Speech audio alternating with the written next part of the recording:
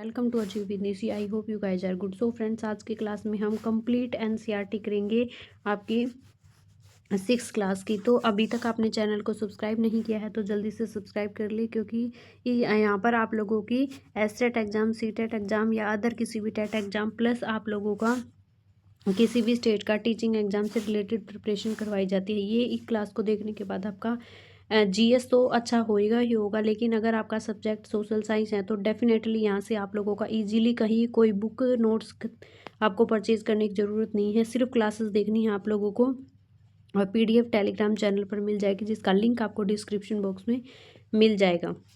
तो वहाँ से आप पीडीएफ को डाउनलोड करके आप अपने नोट्स भी बना सकते हैं या आप उसको पढ़ सकते हैं। सो उसके लिए चैनल को सब्सक्राइब करके बेल नोटिफिकेशन को प्रेस करें। अगर वीडियो पसंद आए तो वीडियो को लाइक और शेयर जरूर करें। सो फ्रेंड्स, आइए वीडियो को स्टार्ट करते हैं, जिसमें आज का जो हमारा टॉपिक है, 5 क्लासेस हमने जो है वो पहले कवर कर ली हैं, लेकिन आज की क्लास में हम पूरी एनसीईआरटी को कवर करेंगे, क्योंकि अब हमारे पास जो है वो क्या टाइम नहीं है और हमें जल्दी जल्दी अपनी क्लासेस हैं उनको कंप्लीट करना है, जिससे हम नेक्स्ट फिर 7th क्लास की एनसीईआरटी को भी कवर करने वाले हैं। तो आज का हमारा जो टॉपिक है उसमें राज्य, राजा और एक प्राचीन गणराज्य है, उसके बारे में हम डिस्कस करेंगे। जो अलग अलग किस तरीके से एग्जाम में यहाँ से क्वेश्चन बनेंगे उनको भी डिस्कस करेंगे। कुछ लोग हैं वो शासक कैसे बनते हैं। तो अश्वमेध एक यज्ञ था, ऐसा ही आयोजन किया जाता था जिसमें एक घोड़े को राजा के लोगों की देखरेख के अंदर स्वतंत्र विचरण के लिए छोड़ दिया जाता था। इस घोड़े को किसी दूसरे राजा ने रोका तो उसे अश्वमेध यज्ञ करने, जो जिसने ये घोड़ा छोड़ा था उसको राजा के साथ लड़ाई करनी होगी। अगर उसने घोड़े को जाने दिया तो इसका मतलब है वह अश्वमेध यज्ञ में आमंत्रित किया जाता था। यह एक विशिष्ट जो है वो पुरोहित द्वारा संपन्न किया जाता था। जो अश्वमेध यज्ञ है वो किसी विशिष्ट जो राजा के द्वारा आमंत्रित करवाया जाता था और पुरोहितों के द्वारा संपन्न किया जाता था। अश्वमेध में कुछ घोड़े छोड़े जाते थे जो राजा के नज़र में निगरानी में स्वतंत्र विचरण करते थे। अगर कोई राजा उसको पकड़ता तो उसको लड़ाई करनी पड़ती थी। अगर वो जाने देता तो वो राजा को नज़र में वो युद्ध करने या लड़ने के काबिल नहीं है, यानी कि वह सबसे शक्तिशाली राजा है जो अश्वमेध यज्ञ जो है वो करवाता था। तो अश्वमेध करवाने वाला जो राजा है वो बहुत शक्तिशाली माना जाता था। यज्ञ में आमंत्रित सभी राजाएं उसके लिए उपहार लाते थे, यानी कि जो अश्वमेध यज्ञ होता था उसमें जब और भी शक्तिशाली राजा आते थे वो उस राजा के लिए क्या लेकर आते थे, उपहार लाते थे। सभी आयोजनों में राजा का जो मुख्य स्थान हुआ करता था उसे राज सिंहासन, यानी कि जो राज सिंहासन किसकी खाल से बना हुआ था, बाघ की खाल से बना एक राज सिंहासन है, वो विशेष आसन पर बिठाया जाता था। और युद्ध क्षेत्र में राजा का जो सारथी होता था, जो उसका सहचर होता था, यानी कि जो उसका मित्र सखा होता था, उसे यज्ञ का सारा वर्णन है वो जो विजय है राजा की उनका गुणगान करना होता था। राजा के जो सगे संबंधी, खास उसकी जो रानियां होती थी और जो उसके पुत्र होते थे, कई छोटे छोटे अनुष्ठान करवाने होते थे। अन्य जो सारे आमंत्रित राजाओं को सिर्फ बैठकर यज्ञ की पूरी प्रक्रिया को देखना होता था। राजा के जो पुरोहित होते थे वो पवित्र जल के छिड़काव के साथ अन्य कई अनुष्ठान करते थे। और विष का अथवा अर्थ, इसका जो अर्थ है, या वैश्य होते हैं जो बनिए होते हैं, उन्हें सामान्य उपहार भी लाते थे, यानी कि वैश्य लोग भी क्या लाते थे, उपहार लाते थे। जिन्हें पुरोहित शूद्र मानते थे, जिन्हें क्या होते पुरोहित हैं वो शूद्र मानते थे, क्योंकि अनुष्ठानों में शामिल नहीं किया जाता था। और इनको अनुष्ठानों में जो शूद्र लोग होते थे इनको अनुष्ठानों के अंदर शामिल नहीं किया जाता था। तो ये एक विशेष बात है, जो शूद्र लोग होते थे उनको नीच जाति का मानते थे और वहाँ पर जो है इनको जाने नहीं दिया जाता था वो यज्ञ के अंदर। वर्ण क्या होते हैं, जैसे कि आपको 4 जो वेद होते हैं उनके अंदर अलग अलग जाति के अंदर लोगों को बांटा गया है, वो किस तरीके से अलग अलग वर्ग के लोगों में बांटा गया है। जैसे उस समय उत्तर भारत में जो खासकर कौन सा ये क्षेत्र था, उत्तर भारत वाला क्षेत्र, गंगा और यमुना क्षेत्र में थे। कई राज्यों के अंदर ग्रंथ है वो रचे गए। ऋग्वेद के बाद रचे होने के कारण उत्तर वेदी के जो ग्रंथ है उन्हें कहा जाता था, यानी कि ऋग्वेद को कौन सा वेद कहा जाता था, उत्तर वेदिक ग्रंथ है उसे कहा जाता है। इसके अंतर्गत सामवेद, यजुर्वेद, अर्थवेद तथा अन्य और भी जो वेद थे, यानी कि वेद हमारे कितने हैं, 4 हैं। सबसे पुराना ऋग्वेद है, उसके बाद सामवेद, यजुर्वेद और अर्थवेद अन्य ग्रंथ भी पाए जाते हैं। उस समय समाज में कई समूह होते थे, जैसे से कि पुरोहित जो ब्राह्मण होते हैं, योद्धा जो क्षत्रिय होते हैं, कृषक, पशुपालक, व्यापारी, शिल्पकार, श्रमिक, मछली पकड़ने वाले तथा जंगल में रहने वाले लोग हैं वो वहाँ शामिल होते थे। वहाँ जहाँ पुरोहित तथा योद्धा क्या होते थे, जो पुरोहित होते थे प्लस अक्षत्रिय होते थे वो क्या होते थे, वैभवशाली होते थे। क्या होते थे, वो वैभवशाली होते थे। वहीं जो कुछ कृषक और व्यापारी भी धनवान होते थे, यानी कि कुछ लोग जो कृषि करते थे, बड़े बड़े जमींदार थे, और व्यापारी लोग थे वो भी क्या होते थे, धनवान होते थे। दूसरी ओर पशुपालक, शिल्पकार, श्रमिक, मछली पकड़ने वाले, शिकारी तथा जो भोजन को संग्राहक करते थे, जो शिकारी लोग होते थे वो क्या होते थे, निर्धन लोग होते थे। तो आपको ये चीज़ें जो है वो याद रखनी है। नेक्स्ट है, पुरोहितों ने लोगों को कितने वर्गों में बांटा था, 4 वर्गों के अंदर विभाजित किया गया था, जिसे वर्ण कहते हैं। इंपॉर्टेंट है, कितने वर्गों में, 4 वर्गों में बांटा गया था। प्रत्येक वर्ण के अलग अलग कुछ कार्य है वो निर्धारित किए गए थे। जैसा कि पहला वर्ण है वो ब्राह्मण वर्ण है, जिनका काम क्या था, काम उनका था वेदों का अध्ययन करना, अध्यापन करवाना और यज्ञ करवाना, जिसके लिए उन्हें उपहार मिलता था। क्या होता था, यानी कि उनके अंदर दान दक्षिणा के अंदर उनको कुछ क्या मिलता था, उपहार है वो मिलता था या फिर दिया जाता था। जिसके लिए दूसरा जो शासक था वो अक्षत्रिय, यानी कि फर्स्ट नंबर पे पुरोहित वर्ण हो गए, और सेकंड नंबर पे अपना जो अक्षत्रिय, जिसे उनका काम था युद्ध करना और लोगों की रक्षा करना। तीसरे स्थान पर वैश्य लोग थे, और इनमें कृषक भी होते थे, पशुपालक भी होते थे, और व्यापारी लोग भी इनके अंदर आते थे। अक्षत्रिय और वैश्य दोनों ही यज्ञ कराने का अधिकार प्राप्त था, यानी कि ये जो है अपने घर में यज्ञ और अनुष्ठान है वो सामाजिक स्थलों पर भी यज्ञ अनुष्ठान करवा सकती हैं। वर्णों में अंतिम जो स्थान था वो किसका था, शूद्रों का था, एक शूद्र वर्ण का था, जिन्हें निचली जाति के लोग समझते थे, जिन्हें अछूत लोग कहा जाता था। इनका जो काम है अन्य तीनों वर्णों की सेवा करना, यानी कि जो शूद्र लोग थे वो इन तीनों वर्णों की, जो वैश्य थे, पुरोहित थे और अक्षत्रिय थे, इन लोगों की क्या करते थे, सेवा का काम है वो शूद्रों को दिया जाता था। नेक्स्ट है, इन्हें कोई भी अनुष्ठान है वो करवाने का अधिकार नहीं था। प्राय औरतों को भी शूद्रों के समान माना, जो महिलाओं की जो स्थिति थी वो भी किसके समान थी, वो भी शूद्रों के समान थी, और उनको भी जो है यज्ञ अनुष्ठान करने का अधिकार है वो नहीं दिया जाता था। महिलाओं और शूद्रों को वेदों के अध्ययन का भी अधिकार जो वो प्राप्त नहीं था, क्योंकि आजकल जो महिलाओं को पूरा अधिकार है कि वो लड़कों के बराबर है वो एजुकेशन लेती हैं, और लड़कों से आगे भी वो एजुकेशन लेती हैं, यानी कि उनके ऊपर कोई भी बाउंडेशन नहीं है। लेकिन प्राचीन काल में महिलाओं को ऋग्वेद, जो हमारे वेद होते थे, इन तक को पढ़ने की अनुमति है वो नहीं होती थी। पुरोहितों के अनुसार सभी वर्णों का जो निर्माण है वो जन्म के आधार पर होता था। कौन से आधार पर, जन्म के आधार पर होता था। उदाहरण के तौर पर ब्राह्मण माता पिता की संतान ब्राह्मण होगी। बाद में जो कुछ लोग हैं उनको अछूत माना जाता था। अछूत वर्ग में कुछ शिल्पकार भी आते थे, शिकारी लोग भी आते थे, भोजन संग्राहक भी शामिल थे। तो ये लाइन आपको अच्छे से याद रख लेनी है कि यस और नो या फिर स्टेटमेंट एसर्न रीजन वाले क्वेश्चन के अंदर ये आ जाती हैं। साथ ही इनमें से वो लोग भी होते थे जो शवों को दफनाने का काम करते थे। इन लोगों से संपर्क जो है वो क्या होता था, अपवित्र माना जाता था, यानी कि इनको अछूत लोग माना जाता था। इनको टच भी करने का अधिकार है वो नहीं होता था। नेक्स्ट है, कुछ लोग जन्म के आधार पर जो वर्ण होते हैं उनको क्या नहीं मानते थे, यानी कि अपवाद जो है वो हर जगह होती हैं। जो इन लोग ये लोग हैं उन चीज, इन वर्णों, इन छुआछूत अछूत की बातों को जो है वो नहीं मानते थे।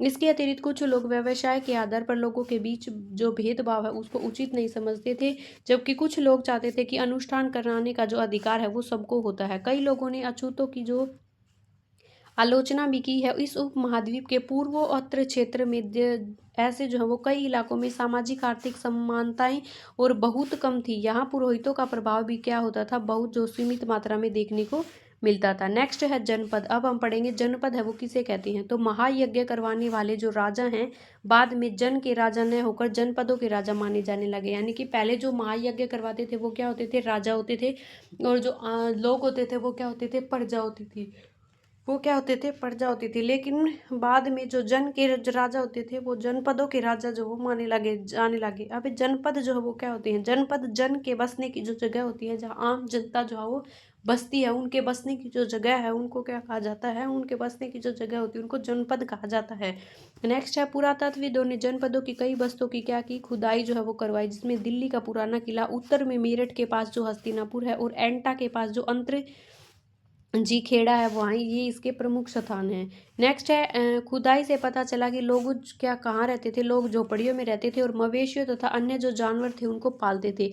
इम्पोर्टेंट है कि वो चावल, जो दालें, गन्ना, तिल और सरसों जैसी फसलों को उगाया करते थे, यानी कि ये जो सारी फसल हैं इनकी आपको नाम याद रख लेनी है, क्योंकि ये यहाँ पर इनको उगाते थे। लोग जो वो मिट्टी के बर्तन बनाते थे, कौन से बर्तन जो वो मिट्टी से बर्तन बनाते थे, जिन्हें कुछ लोग दूसर कहा जाता है। उन बर्तनों को क्या कहते हैं, दूसर कहते हैं। और जो दूसर है वो लाल रंग के होते हैं। आपको याद रखना है, पूरा सतलों पर कुछ विशेष प्रकार के बर्तन मिले हैं जिन्हें चित्रित दूसर पात्र के नाम से जानते हैं। तो ये चीज़ आपको क्या करनी है, याद कर लेनी है। नेक्स्ट है जनपद, आपने पढ़ लिया। आम जनता के जो रहने की जो जगह है वो क्या होती है, जनपद कहलाती है। महाजनपद कौन से होते हैं, करीब 2500 साल पहले कुछ जनपद वो अधिक महत्वपूर्ण हुए जिन्हें महाजनपद कहा जाने लगा। तो महाजनपद जो है वो कब से होने लगे, 2500 साल पहले से। अधिकतर महाजनपदों की एक राजधानी होती थी, यानी कि जो ये जनपद होते थे उनकी एक राजधानी होती थी। और कई राजधानियों में क्या होती थी, किलेबंदी की जाती थी। किलेबंदी क्या होती है, जैसे एक महल है और उसके चारों ओर ईंट और पत्थरों की क्या होती थी, ऊंची ऊंची जो है वो दीवारें बना दी जाती थी, जिन्हें क्या कहा जाता है, किलेबंदी करना। ये सुरक्षा के पर्पज से जो है ये करवाई जाती थी। नेक्स्ट है, कुछ राजा अपनी राजधानी के चारों ओर विशाल और ऊंची प्रभावशाली दीवारें खड़ी कर लेते थे, जो उनकी समृद्धि और शक्ति का भी प्रदर्शन करते थे।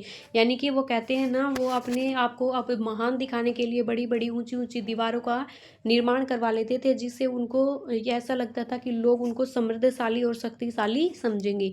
इस तरह के किले के अंदर रहने वाले जो लोग हैं, उन क्षेत्रों पर नियंत्रण रखना और भी क्या हो जाता था, सरल हो जाता था।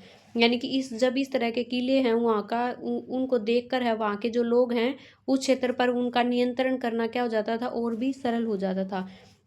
क्योंकि राजा के पास ऊंची दीवारें थी, राजा लोगों को जो है दीवारों के ऊपर से या अपने महल के ऊपर से उनको देख सकता था। उस समय राजा सेना रखने लगे, क्या, और फिर महाजनपदों में जो राजा हुए वो क्या रखने लगे, सेना रखने लगे। सिपाहियों को नियमित वेतन देकर पूरे साल रखा जाता था। क्या होता था, जो से वो एक फिर राजा है वो सेना रखने लगे, सिपाहियों को नियुक्त करने लगे, और उनको टाइम टाइम पर क्या होने लगा, सैलरी है, वेतन है, उनको पूरे साल का देकर उनको वहां रखा जाता था। भुगतान संभवतः आहत सिक्कों के रूप में होता था। अभी इंपॉर्टेंट है, ये आगे क्वेश्चन आएगा, आहत सिक्के क्या होते हैं, सीटेट में आया हुआ क्वेश्चन है। जो ठोक पीट कर, यानी कि जो जिनका आकार परिवर्तन करके, जिसे आयताकार, वर्गाकार और गोल आकार के जो है वो सिक्के बनाए जाते हैं, और जिनके ऊपर मोहर है वो लगी हुई होती हैं। नेक्स्ट है कर। कर जो है वो क्या होते हैं, महाजनपद, यानी कि राजा बन गए, उनके पास विशाल है वो किले बन गए और बड़ी बड़ी सेना हो गई, तो उनके जो प्रचुर साधन है वो उनकी आवश्यकता पूर्ति है, तो उन्हें कर्मचारियों को क्या देना था, वेतन भी देना पड़ता था। अब राजा कोई काम तो करता नहीं था, तो वेतन है वो कहाँ से देगा। तो महाजनपदों के जो राजा होते थे वो समय समय पर लगाए गए उपहारों पर निर्भर न रहकर अब उन्होंने क्या कर लिया, नियमित रूप से लोगों से कर वसूलने लगे। यानी कि जब हमारा जीएसटी जो लगता है, टैक्स जो लगता है, तो ऐसे ही प्राचीन काल में भी राजा होते थे, वो क्या करते थे, कर लेते थे, जिससे राजा का गुजारा है वो हो सकता है। और राजा को टाइम टाइम पर भाई अपना जो सेना है उसका भी खर्च होता था, तो वो उसी से निपटता था जो कर होता था। फसलों पर लगाया गया कर जो है वो सबसे महत्वपूर्ण थे, क्योंकि वहां पर आम जो जनता थी वो कृषक थे, पशुपालक थे, तो वो जो है कृषक लोगों से अधिकांश क्या होते थे, कर लेते थे फसल उगने पर। तो उस वहां पर जो फसलों का कर जो कर दिया जाता था वो 1/6, यानी कि जो अगर 6 बोरी अनाज की होंगी तो 1 बोरी अनाज उसे क्या होता है, राजा को कर के रूप में दिया जाता था। तो ये जो है आपको कर का हिस्सा है वो याद रखना है। निर्धारित जो कर था, कितना कर राजा को दिया जाता था फसल के अंदर। कारीगरों के ऊपर भी कर लगे हुए थे, यानी कि जो हाथ से काम करने वाले कारीगर होते थे उनके ऊपर भी टैक्स जो है वो लगाया जाता था, जो प्राय श्रम के रूप में चुकाते थे। यानी कि जो कारीगर हैं वो क्या करते थे, उनको कुछ चीज़ें हैं वो नहीं देनी पड़ती थी, पैसे में मुद्रा सिक्के कुछ नहीं देना पड़ता था, उनको है श्रम, यानी कि वहाँ पर राजा के घर आके मेहनत करनी पड़ती थी। जैसे कि बुनकर लोग हैं, लुहार लोग हैं, सुनार को राजा के लिए महीने में एक दिन क्या करना पड़ता था, काम करना पड़ता था। यानी कि ये उसका जो है वो क्या था, कर था, जो उसको श्रम करके है, काम करके मेहनत करके अदा करना पड़ता था। नेक्स्ट है, पशुपालकों को जानवर या उसके उनके उत्पाद के रूप में कर देना पड़ता था। क्या देना पड़ता था, पशुपालकों को जानवर या उनके उत्पादक के रूप में क्या देना पड़ता था, कर जो है वो दिया जाता था। व्यापारियों को सामान खरीदने व बेचने पर भी क्या लगता था, एक्सपोर्ट इंपोर्ट पर क्या होता था, टैक्स जो है वो लगता था। आखिर तक जो शिकारी होते हैं, संग्राहकों को जंगल से वस्तुएं हैं वो देनी पड़ती थी, यानी कि जो शिकारी लोग हैं वो जंगल से जो भी वस्तुएं लाते थे उनको टैक्स के रूप में देनी पड़ती थी। कृषि में परिवर्तन जो है वो कब आए, तो नेक्स्ट है, इस युग में कृषि के क्षेत्र में 2 बड़े परिवर्तन हुए। कौन से परिवर्तन, वो परिवर्तन हम देखेंगे कि हल का जो फाल था अब वो लोहे का बनने लगा, यानी कि हल के नीचे जो इस तरीके का जो है वो हल होता है और हल्का ये क्या होता है, ये हिस्सा जो है वो फाल होता है। और ये क्या है, इसके अंदर चेंज आएगी, पहले ये लकड़ी का होता था लेकिन अब जो है ये लोहे का होने लग गया। तो लकड़ी का जो फाल है वो लोहे के फाल जो है वो क्या होता था, लकड़ी के फाल की बजाय लोहे का फाल होने से जमीन को जोतना है वो आसान हो गया। इससे फसलों की जो है उपज बढ़ने लगी। लोगों को धान के पौधों का रोपण है वो शुरू किया, अर्थात खेतों में बीज छिड़ककर धान उपजने के बजाय लोगों ने क्या कर दिया, धान की पौध तैयार करके उसको रोपण जो प्रक्रिया है, जैसे ऐसे बहुत सारा पानी भरा होता है उसके अंदर ऐसे ऐसे पौधे को हम रोपते हैं ना, वो क्या होती है, रोपण प्रक्रिया होती है। और ये काम कौन करते थे, मजदूर या श्रमिक लोग करते थे, जो मेहनती और काम तोड़ जो कमर तोड़ परिश्रम है वो उनको करवाया जाता था। खेती के अंदर कौन सा जो परिवर्तन है, एक तो लोहे की जो फाल है वो हो गई, और एक है वो धान की खेती को रोपण पद्धति के द्वारा उगाया जाने लगा। तो ये दोनों ही चेंजेस आपको याद रखनी है फ्रेंड्स, एग्जाम में पूछे जा सकती हैं। नेक्स्ट है सूक्ष्म निरीक्षण में हम पढ़ेंगे मगध के बारे में। तो मगध है वो 200 साल के भीतर जो है मगध सबसे महत्वपूर्ण जनपद बना। तो 200 साल आपको याद रखना है, मगध जो है वो कब एक महत्वपूर्ण जनपद बना, तो 200 साल पहले मगध है वो एक महत्वपूर्ण जनपद बना। गंगा और सोन जैसी जो नदियां हैं वो मगध से होकर बहती थी, यानी कि गंगा और जो सोन है वो कौन से राज्य से होकर बहती थी, तो मगध जो है वो राज्य से होकर बहती थी। यातायात के लिए, जल और वितरण के लिए और जमीन को उपजाऊ बनाने के लिए यह जो रास्ता था, जो गंगा और सोन जैसी नदियों के बीच में से होकर जाता था, वो क्या होता था, इन सब चीज़ों के लिए काफ़ी इंपॉर्टेंट था। जल वितरण के लिए, यातायात के लिए और ज़मीन को उपजाऊ बनाने के लिए काफ़ी इंपॉर्टेंट जो है ये पार्ट रहा है। मगध का एक हिस्सा क्या होता था, जंगलों से भरा हुआ था, और जंगलों में रहने वाले लोगों को हाथियों को पकड़कर उन्हें प्रशिक्षित कर सेना में काम में लिया जाता था। यानी कि मगध का जो कुछ हिस्सा था वो किससे भरा होता था, वो जंगलों से भरा था, और वहाँ पर जंगलों से उन्होंने क्या किया, हाथियों को पकड़ लिया, और हाथियों को पकड़कर जो उन्हें प्रशिक्षित किया, यानी कि उनको ट्रेन किया और उन्हें अपनी सेना के अंदर शामिल कर लिया। यही नहीं, जंगलों से जो घर हैं, गाड़ियां हैं, रथ बनाने के लिए क्या मिलती थी, लकड़ियां मिलती थी। जंगलों में बहुत सारे पेड़ होते थे, तो पेड़ों को काटकर वो क्या बनाते थे, रथ और गाड़ियां जो वो बना लेते थे। इसके अलावा इस क्षेत्र में लौह अयस्क की जो खदानें हैं वो भी मिली, और मजबूत हथियार औजार बनाने के लिए काफ़ी उपयोगी थे। जो लोहा था, लोहे से उन्होंने क्या बनाना स्टार्ट कर दिया, हथियार और औजार बनाने स्टार्ट कर दिए। नेक्स्ट है, मगध में दो शक्तिशाली जो है वो शासक बने, एक तो बिंबिसार था, एक अजातशत्रु।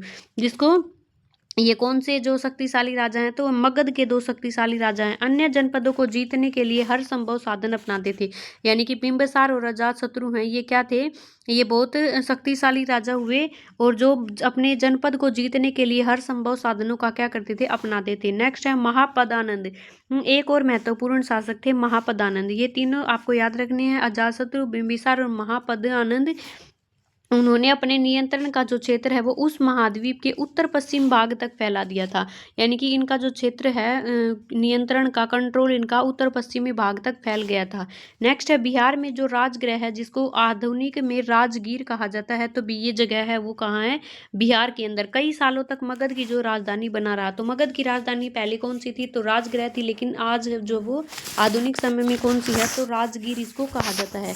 नेक्स्ट है, बाद में पाटलिपुत्र, पहले तो राजगृह थी और बाद में क्या थी, इसकी पाटलिपुत्र बन गई, जो वर्तमान के अंदर पटना जगह को कहा जाता है, इसकी राजधानी को बनाया गया। 2300 साल से पहले की जो बात है कि मैसिडोनिया का राजा है वो सिकंदर विश्व की जीत जो है वो करना चाहते थे। आपको पता है सिकंदर जो है वो विश्व विजेता बनना चाहता था। तो ये 2300 साल पहले की बात है, और वो मैसिडोनिया का जो है वो राजा था कौन, सिकंदर। यह पूरी तरह सफल न होने पर यह मिस्र और पश्चिमी एशिया के कुछ राज्यों को जीतता हुआ उत्तर जो भारत के उपमहाद्वीप में व्यास नदी के किनारे तक पहुंच गया था। यानी कि इसका सिकंदर का जो सपना था कि वो पूरी दुनिया के ऊपर क्या करे, अपनी जो पताका है वो लहराए, यानी कि विश्व विजेता बने, लेकिन ये पूरी तरह से सफल नहीं हो पाया। इन्होंने मिस्र और पश्चिमी एशिया के तो राज्य हैं उनको जीत लिया, लेकिन कुछ राज्यों को जीतता हुआ उपमहाद्वीप में जब आया तो व्यास नदी के किनारे तक तो ये पहुंच गया, लेकिन उसके बाद जो मगध में कूच करना चाहता था, यानी कि मगध के ऊपर ये आक्रमण करना चाहता था, और इसके लिए उसके सिपाहियों ने क्या कर दिया, इनकार कर दिया कि ना भाई तू विश्व विजेता बनना चाहता है तो ठीक है, तूने मिस्र और पश्चिमी एशिया को जो जीत लिया, लेकिन तू मगध पर आक्रमण मत कर। वे इस बात से भयभीत थे कि वहां भारत के जो शक्तिशाली शासकों के पास जो पैदल रथ और हाथियों की जो है बहुत बड़ी सेना थी, क्योंकि उन्होंने वहां से जो मगध के अंदर जो बहुत सारे जंगल थे उन्होंने वहां से पकड़ पकड़ कर हाथियों को, जानवरों को ट्रेन कर दिया और सेना लोगों को सेना में भर्ती कर लिया, जो काफी शक्तिशाली अजात बिंबिसार अजात और महापदानंद जो है वहां के एक शक्तिशाली राजा थे। तो उनके सिपाहियों ने उसको क्या कर दिया, वहां डरा दिया और वहीं से जो है वो सिकंदर को वापस भेज दिया। तो वो मगध पर कूच जो है वो नहीं कर पाया उसके सिपाहियों के कारण, और विश्व विजेता जो वो नहीं बन सका। नेक्स्ट है वज्जी। वज्जी क्या होता है, तो मगध के नजदीक ही एक वज्जी राज्य था। वज्जी क्या था, एक राज्य था जो किसके नजदीक था, मगध के नजदीक था, जिसकी राजधानी क्या थी, वैशाली थी। वज्जी वैशाली जो क्या थी, बिहार थी। यहाँ एक अलग किस्म की जो है वो शासन व्यवस्था थी, जिसे गण या संघ कहते हैं। तो गण या संघ जो शासन व्यवस्था थी, सबसे पहले तो वज्जी क्या थी, एक ये राज्य था और जिसके अंदर गण व संघ जो है वो शासन की व्यवस्था थी, प्रक्रिया थी जो काफी अलग थी, और इसकी राजधानी वैशाली बिहार थी। गण या संघ में कई शासक होते थे। सबसे इंपॉर्टेंट आपको याद रखना है कि गण और जो संघ ये राज्य हुआ करते थे, इनके अंदर कई जो है वो शासक होते थे जो बातचीत करके कभी लोगों द्वारा एक शासन करते थे, जिसमें प्रत्येक व्यक्ति क्या कहलाता था, राजा कहलाता था। लेकिन ये मिल बांट कर जो है वो सलाह करते थे, मंत्री मंडल बिठाकर ये विचार विमर्श करते थे, उसके बाद ही कोई फैसला लेते थे। यानी कि इसके अंदर कई शासक मिलकर जो है वो एक संघ का गण का निर्माण करते थे। सो सभी राजा विभिन्न अनुष्ठानों में एक साथ संपन्न करते थे। यानी कि अगर कोई अनुष्ठान होता तो वो सभी राजा एक साथ मिलकर बैठकर उसको संपन्न करवाते। सभाओं में बैठकर बातचीत होती, बहस होती, वाद विवाद होते और डिस्कशन के जरिए कोई चीज़ है वो तय करते कि किस तरह करना है और शत्रुओं के आक्रमण से किस तरह निपटना है। ये सारी चर्चाएं हैं वो गण या संघ के शासक हैं वो मिलकर करते थे, जो वज्जी राज्य के अंदर ये शासन व्यवस्था अपनाई गई थी। नेक्स्ट है, ये जो स्त्रियां हैं, दास हैं और कामकार इन सभाओं के अंदर हिस्सा नहीं लेते थे। यानी कि स्त्रियों को और जो दास और कर्मचारी होते थे उनको इन सभाओं के अंदर हिस्सा लेने की इजाजत है, परमिशन है वो नहीं होती थी। बुद्ध और महावीर दोनों ही गण राज्य से संबंधित थे। यानी कि बौद्ध जो समाज है वो क्या कहते थे, जो महात्मा बुद्ध से संबंधित हैं, और जो जैन धर्म के तीर्थंकर हैं महावीर, उनसे जो है वो गण से संबंधित थे। बौद्ध साहित्य में संघ के जीवन में बहुत ही सजीव चित्रण है वो मिलता है। जिस तरीके से गण है वो किसे कहते हैं, गण शब्द का प्रयोग है वो कई सदस्य या फिर समूह के लिए किया जाता है, जिसमें कई शासक लोग हैं वो होते हैं। संघ अर्थात क्या होती है, संघ संगठन या सभा होती है। वज्जी संघ का जो वर्णन है वो दीर्घ निकाय से लिया गया है।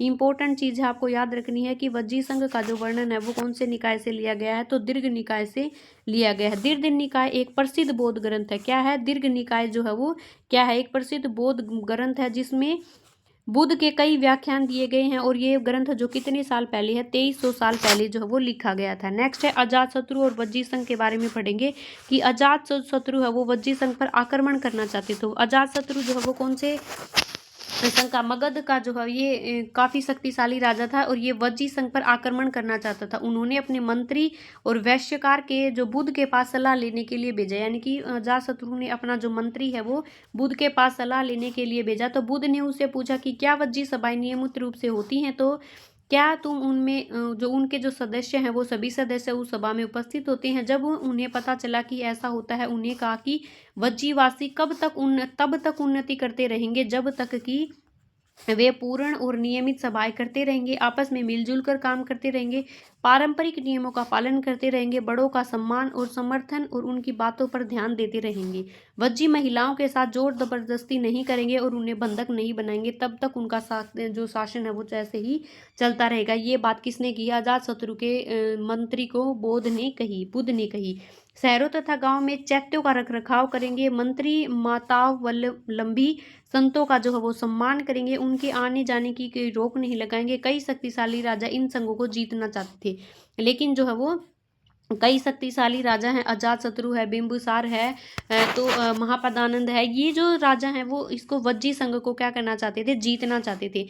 इसके बावजूद है वो 1500 साल पहले तक जो है ये चलता रहा। यानी कि ये चलते रहे, लेकिन वज्जी संघ ने अपना जो नियम है, कायदे हैं वो अपने बनाए रखे, वो उनके ऊपर चलते रहे। तो बौद्ध ने कहा कि अगर वो ऐसे लोगों का सम्मान करते रहेंगे, मिलकर सभाएं करते रहेंगे, तो वो अपने शासन में कभी भी हार नहीं मानेंगे। उन्होंने 2300 साल से यानी कि 1500 साल तक क्या कर लिया, अपना जो शासन है उसको क्या करते रहे, चलाते रहे, यानी कि 800 साल तक वो अपना शासन है वो चलाते रहे। उसके बाद जो है वो गुप्त शासकों ने गण तथा संघ पर विजय प्राप्त करके अपने राज्य में शामिल कर लिया। लेकिन 1500 साल पहले तक जो वो चलाते रहे, लेकिन उसके बाद जो गुप्त शासक आए और उन्होंने गण और संघ को, कैसे आपको याद रख लेना है, गण समुदाय को गुप्त शासकों ने अपने संघ के अंदर मिला लिया।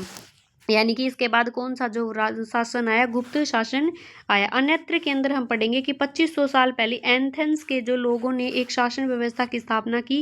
एथेंस लोग हैं, उन्होंने एक शासन व्यवस्था की स्थापना की जिसे प्रजातंत्र या गणतंत्र कहते हैं। तो ये किसके द्वारा जो इसकी स्थापना की गई, एथेंस लोगों के द्वारा कब की गई, 2500 साल से पहले की गई। यह व्यवस्था 200 सालों तक चली, यानी कि जो एथेंस के लोगों के द्वारा ये शासन जो पद्धति थी प्रजातंत्र की, ये कब तक चली, 200 सालों तक चली। इसमें 30 साल से जो ऊपर के इन सभी पुरुषों को पूर्ण नागरिकता प्राप्त थी। क्या थी, ये 30 साल के जो लोग हैं वहाँ उनको पूर्ण नागरिकता है वो प्राप्त थी, जो दास नहीं थे। क्या थे, 30 साल के ऊपर के लोग हैं वो दास नहीं थे। एक सभाएं थी, वहाँ एक सभा थी जो बहुत महत्वपूर्ण निर्णय लेने के लिए साल भर में कम से कम 40 बार बुलाई जाती थी। आपको याद रखना है, जो सभा होती थी एथेंस में वो 40 बार बुलाई जाती थी, कम से कम 40 बार बुलाई जाती थी। इस सभा में सभी नागरिक है वो भाग लेते थे। 30 साल के जो लोग हैं उनको हिस्सा नहीं बनाते थे। शासन के कई पदों पर नियुक्ति लॉटरियों द्वारा की जाती थी। जो कई शासकों की नियुक्ति है वो किसके द्वारा की जाती, लॉटरी के द्वारा की जाती थी। सभी नागरिकों की जो सेना है और नौसेना में अपनी सेवाएं हैं वो देनी होती थी। इंपॉर्टेंट चीज कौन सी है इसके अंदर, कि जो सभी जो शासक होते थे उनको क्या करना पड़ता, 100% अपनी जो सेना के अंदर क्या थी, जो अपनी जो सेना के अंदर अपना सेवाएं हैं वो देनी पड़ती थी। औरतों को नागरिकता का दर्जा वो नहीं मिला था। इंपॉर्टेंट चीज प्रजातंत्र के अंदर ये भी है कि नागरिकों होने का जो दर्जा है वो किसको नहीं मिला था, औरतों को नहीं मिला था। व्यापारियों और शिल्पकारों के रूप में एथेंस में रहने वाले लोग हैं वो काम करने वालों से बहुत से विदेशियों को भी नागरिक अधिकार नहीं मिले हुए थे। यानी कि जो व्यापारी लोग थे, विदेशी लोगों से जो है काम करते थे, व्यापार करते थे, उनको भी नागरिकता का अधिकार है वो नहीं मिला हुआ था। एथेंस ने खदानों, खेतों, घरों और कार्यस्थलों में काम कर रहे मजदूर और दासों को भी अधिकार जो है वो नागरिकता का अधिकार है वो नहीं दिया गया था 2500 साल पहले तक। आपको ये चीज़ है वो याद रखनी है फ्रेंड्स, क्योंकि ये चीज़ें क्या हैं, इंपॉर्टेंट है, एग्जाम में पूछी जाती हैं। इसके बाद हम कुछ महत्वपूर्ण तिथियां हैं उनको डिस्कस कर लेते हैं। नए शासक जो वो कब बने, 3000 साल पहले जो वो नए शासक बने। महाजनपद लगभग कब बने, तो लगभग 3000 साल पहले तक कौन से थे, महाजनपद तो हुआ करते थे। सिकंदर का आकर्ण दीर्घकाय का जो लेख है वो लगभग दीर्घकाय का जो लेख है वो कौन सा है, जो बुद्ध के अंदर, जो बौद्ध धर्म के अंदर जो है ये बुद्ध निकाय का लेख है, और ये 2300 साल पहले का। गण और संघों का राज्यों का अंत है वो 1500 साल पहले तक जो है वो चला, और उसके बाद ये खत्म हो गए। नए प्रश्न और नए विचार को हम पढ़ेंगे, जिसमें हम बौद्ध धर्म के बारे में पढ़ेंगे।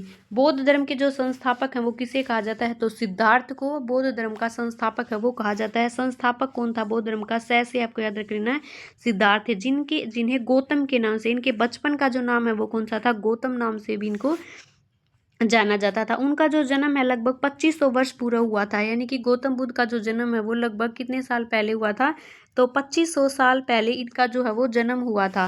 बुद्ध है वो अक्षत्रिय थे। सबसे पहले आपको याद रख लेना है, ये इंपॉर्टेंट चीज है, बुद्ध है वो क्या थे, अक्षत्रिय थे और शाक्य नाम के एक छोटे से गणराज्य से संबंधित थे। यानी कि उनकी जो जाति थी वो क्या थी, वो अक्षत्रिय थे, और लेकिन फिर भी वो युद्ध, हिंसा जैसी चीजों से क्या थे, परे थे। शाक्य नामक एक गण से संबंधित थे।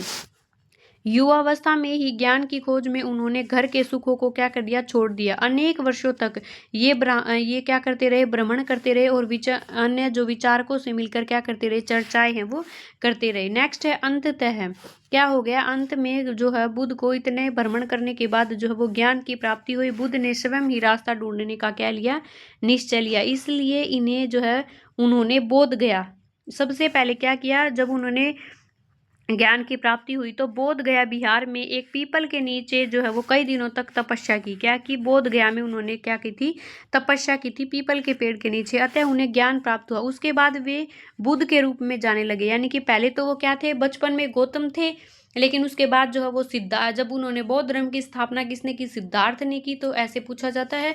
उन्होंने जो पीपल के पेड़ के नीचे वो ज्ञान प्राप्ति की, युवावस्था में ही वो भ्रमण के लिए, ज्ञान प्राप्ति के लिए जो है वो निकल पड़े थे अपने घर से। और जो है उन्होंने ज्ञान प्राप्ति के लिए तपस्या है वो कहाँ की, तो आपको याद रखना है बोध गया में उन्होंने तपस्या की। यहाँ से वो वाराणसी के निकट जो वो सारनाथ गए और उन्होंने अपना पहला उपदेश, इंपॉर्टेंट है, कई बार एग्जाम में पूछा जा चुका है कि बुद्ध ने अपना पहला उपदेश है वो कहाँ दिया, तो वाराणसी के निकट सारनाथ के अंदर उन्होंने अपना जो पहला उपदेश है वो दिया। नेक्स्ट है अपना कुशीनगर। कुशीनगर में मृत्यु से पहले, जो कुशीनारा में मृत्यु से पहले का जो शेष जीवन है वो क्या किया, बुद्ध ने पैदल ही एक स्थान से दूसरे स्थान तक की यात्रा के लिए निकाला और लोगों को शिक्षा देने में क्या रहे, व्यतीत रहे। सारनाथ इमारत को स्तूप के नाम से भी जाना जाता है। तो सारनाथ कहाँ है, वाराणसी के अंदर है, जहाँ महात्मा बुद्ध ने जो अपना पहली बार उपदेश दिया वो कहाँ दिया था, सारनाथ में दिया था। तो सारनाथ को स्तूप के नाम से भी जाना जाता है। सारनाथ पे बुद्ध ने अपना सर्वप्रथम उपदेश है वो दिया था। इसी घटना की स्मृति में यह स्तूप है, इसका निर्माण है वो करवाया गया है, जहाँ पर बुद्ध ने पहली बार उपदेश दिया था। बुद्ध ने जो शिक्षा दी वह जीवन के कष्टों और दुखों से भरा हुआ था, और ऐसा हमारी इच्छा और लालसा होती है जो हमेशा पूरी नहीं हो सकती के कारण जो है बताया। यानी कि बुद्ध ने तृप्तता और लालसा को क्या बताया है कि यह हमारी दुखों का कारण है, जो भी कभी भी है वो शांत नहीं हो सकती। कभी कभी हम जो है जो चाहते हैं वो प्राप्त कर लेने के बाद भी संतुष्ट नहीं होते, और अधिक पाने की लालसा है, वस्तु को पाने की इच्छा है वो हमारे अंदर जगी रहती है। बुद्ध ने इस लिप्सा को, ये क्वेश्चन पूछा गया है, लिप्सा को तृष्णा क्या कहा है, त्रिहा या फिर तृष्णा कहा है। बुद्ध ने शिक्षा दी कि आत्म संयम अपनाकर हम ऐसी लालसा से मुक्ति पा सकते हैं।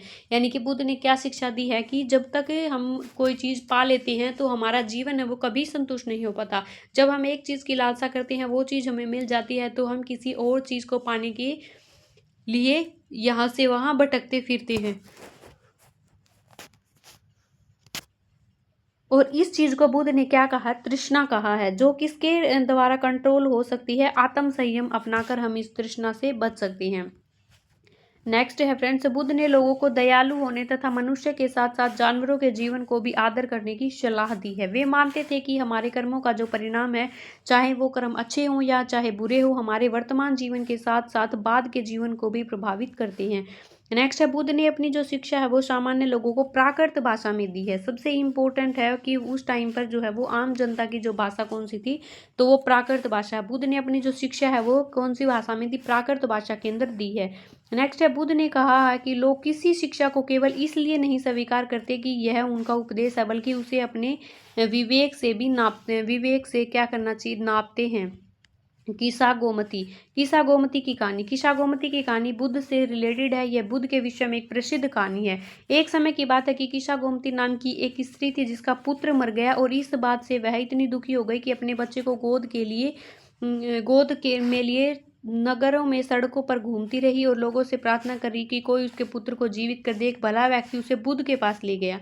तो बुद्ध ने कहा कि किस्सा गोमती से कहा कि उस घर से तेरे को सरसों लानी है, एक मुट्ठी के सरसों के बीज लाने हैं, जिस घर में कभी किसी की मृत्यु नहीं हुई हो, तेरा पुत्र है वो जी उठेगा। तो किस्सा गोमती जो है वो बहुत प्रसन्न हुई, और जैसे ही वह बीज लाने के लिए चली तो तभी बुद्ध ने उसे पर ऐसे कहा कि बीज उस घर से लेके आने हैं जहां पर आज तक किसी की मृत्यु है वो नहीं हुई है। किस्सा गोमती एक दरवाजे से दूसरे दरवाजे पर यहाँ वहां भटकती फिरती रही। एक घर में जाए, किसी के माता, किसी के पिता, किसी की बहन, किसी का भाई, किसी का चाचा, किसी की दादी की मृत्यु हुई मिली। तो इस कहानी से हमें शिक्षा मिलती है कि जो मनुष्य इस धरती पर आया है वो उस धरती से छोड़ के जाएगा एक दिन जरूर। नेक्स्ट है उपनिषद। उपनिषद क्या होते हैं, उपनिषद का मतलब होता है किसी के पास बैठकर जो है वो किसी चीज को ग्रहण करना।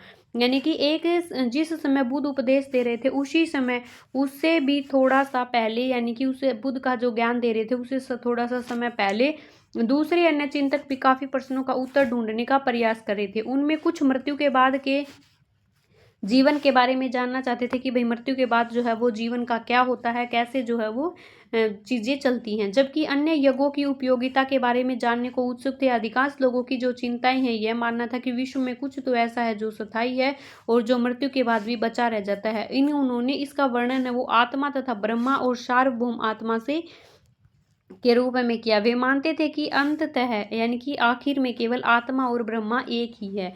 जो हमारी आत्मा है वो ब्रह्मा के साथ क्या हो जाती है, मिल जाती है। ऐसे कई विचारों का संकलन है वो उपनिषदों में किया गया है। तो उपनिषद जो है वो उत्तर वैदिक ग्रंथों का हिस्सा रहे हैं। उपनिषद का शाब्दिक अर्थ है गुरु के समीप बैठना, यानी कि गुरु के समीप बैठना ही उपनिषद का उद्देश्य है और उत्तर वैदिक ग्रंथों का ये हिस्सा रहा है। तो ये चीज आपको याद रखनी है। डायरेक्ट भी क्वेश्चन है वो पूछ सकते हैं कि उपनिषद है वो क्या होती हैं। एनसीईआरटी से बाहर आप लोगों का क्वेश्चन है वो नहीं आएगा फ्रेंड्स, इसलिए आपको वीडियो को स्किप बिल्कुल नहीं करना है, हर वीडियो को अच्छे से देखना है। अगर आप उसके नोट्स बना सकते हैं तो नोट्स बनाइए, वरना पीडीएफ को 2-3 बार आप पढ़ लेंगे तो ये एज ए नोट्स ही मैंने आप लोगों को प्रोवाइड करवा रखी है। तो ये टेलीग्राम चैनल पर आप लोगों को मिल जाएगी, डिस्क्रिप्शन में मैं आपका ये लिंक है टेलीग्राम का वो डाल दूंगी, वहां से आप उसको चेकआउट कर सकती हैं। नेक्स्ट अपना क्वेश्चन है फ्रेंड्स, भारतीय दर्शन की जो 6 पद्धतियां हैं जिनको षड दर्शन भी कहा जाता है, वो पद्धतियां कौन कौन सी हैं और उनके क्या जो है उपयोगिता है। भारत द्वारा सत्य की जो बौद्धिक खोज का जो प्रतिनिधित्व है वो दर्शन की 6 शाखाओं ने किया, कि भारत में जो सत्य है, भारत के द्वारा जो सत्य की बौद्धिक खोज है उसका प्रतिनिधित्व ये इन 6 चीजों ने किया, जिसके अंदर ये वैशेषिक न्याय है, सांख्य है, योग है, पूर्व मीमांसा और वेदांत और उत्तर मीमांसा के नाम से इनको जानते हैं। दर्शन की इस 6 पद्धतियों की स्थापना क्रमशः ऋषि कणाद, गोमत, कपिल, पंतजलि, जैमिनी और व्यास के द्वारा की गई है। यानी कि न्याय की जो खोज है वो न्याय ऋषि कणाद ने, शांख गोमत ने, योग जो वो पंतजलि ने, पूर्व मीमांसा जो है ये इन्होंने की है। तो आपको याद रखना है जैमिनी और व्यास के द्वारा की गई हैं, जो आज के भी देश में बौद्धिक चर्चाओं को दिशा देती हैं। जर्मन मूल के ब्रिटिश जो हैं वो फ्रेडरिक मैक्समूलर के अनुसार दर्शन की जो 6 शाखाओं का विकास है वो कई पीढ़ियों के दौरान जो व्यक्तिगत विचारकों के योगदान से हुआ।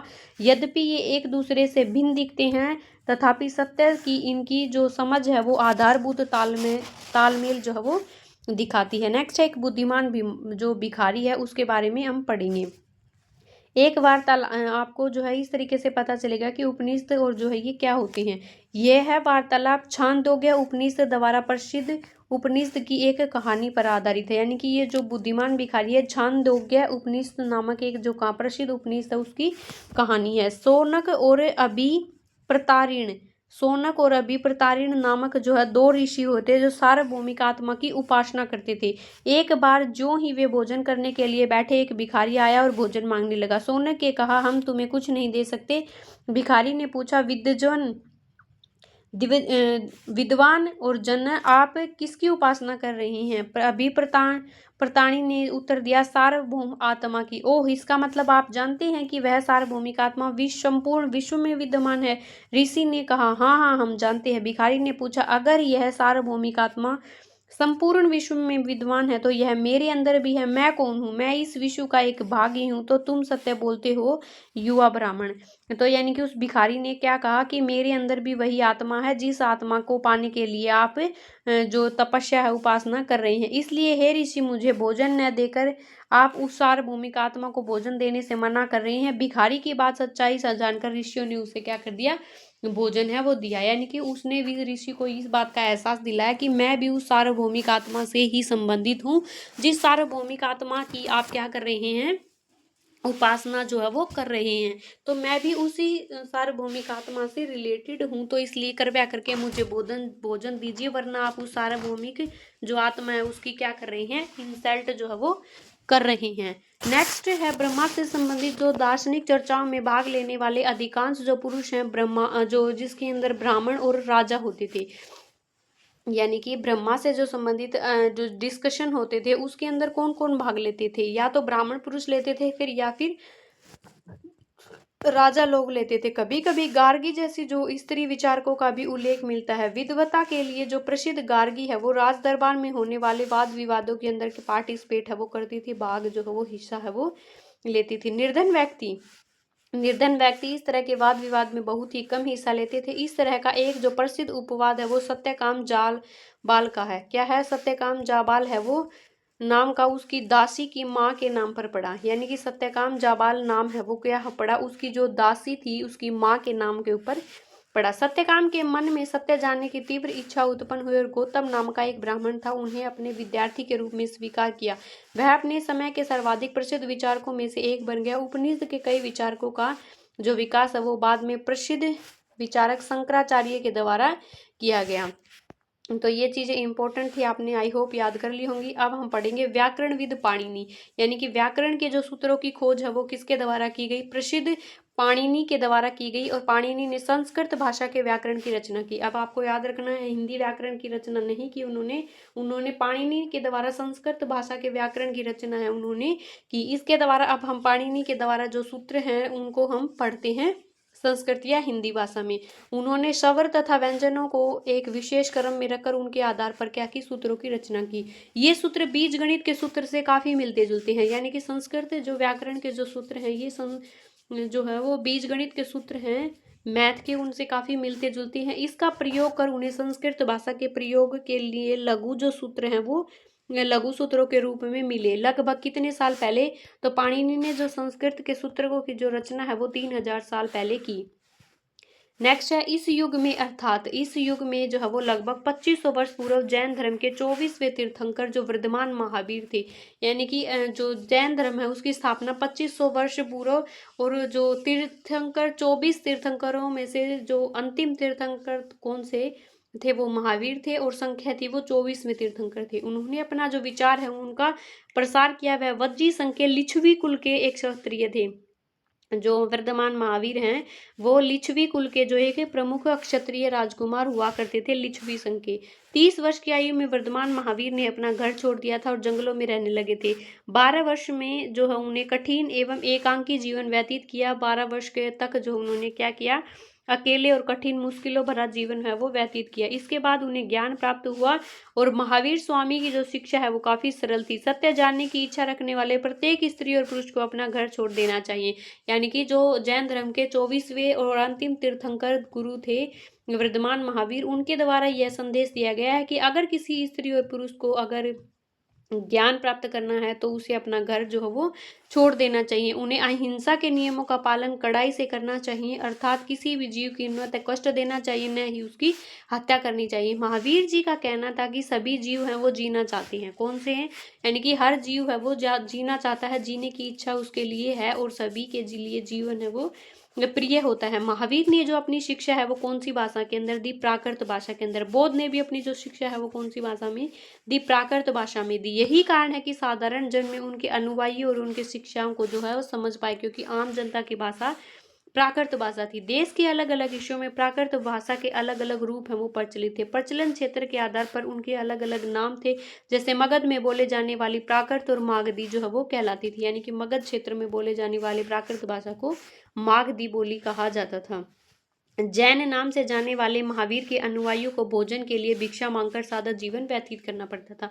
यानी कि जो महावीर के अनुयायी थे वो क्या करते थे? सादा जीवन व्यतीत करते थे, भोजन उन्हें मांग कर खाना पड़ता था, पूरी तरह से ईमानदार होना पड़ता था, चोरी न करने की उन्हें सख्त हिदायत दी जाती थी, उन्हें ब्रह्मचर्य का पालन करना होता था, पुरुषों को वस्त्रों सहित सब कुछ त्याग देना पड़ता था। यानी कि जो पुरुष लोग होते थे उनको के वस्त्र भी त्याग देने पड़ते थे और उन्हें ब्रह्मचर्य का पालन करना पड़ता था। जैन से संबंधित है वो किस शब्द से निकला है? वो जिन से निकला है, और जिसका अर्थ है विजेता, यानी कि विन। आपको याद रख लेना है, जिन विन, और इससे क्या नाम होता है? विन क्या मतलब होता है? विजेता।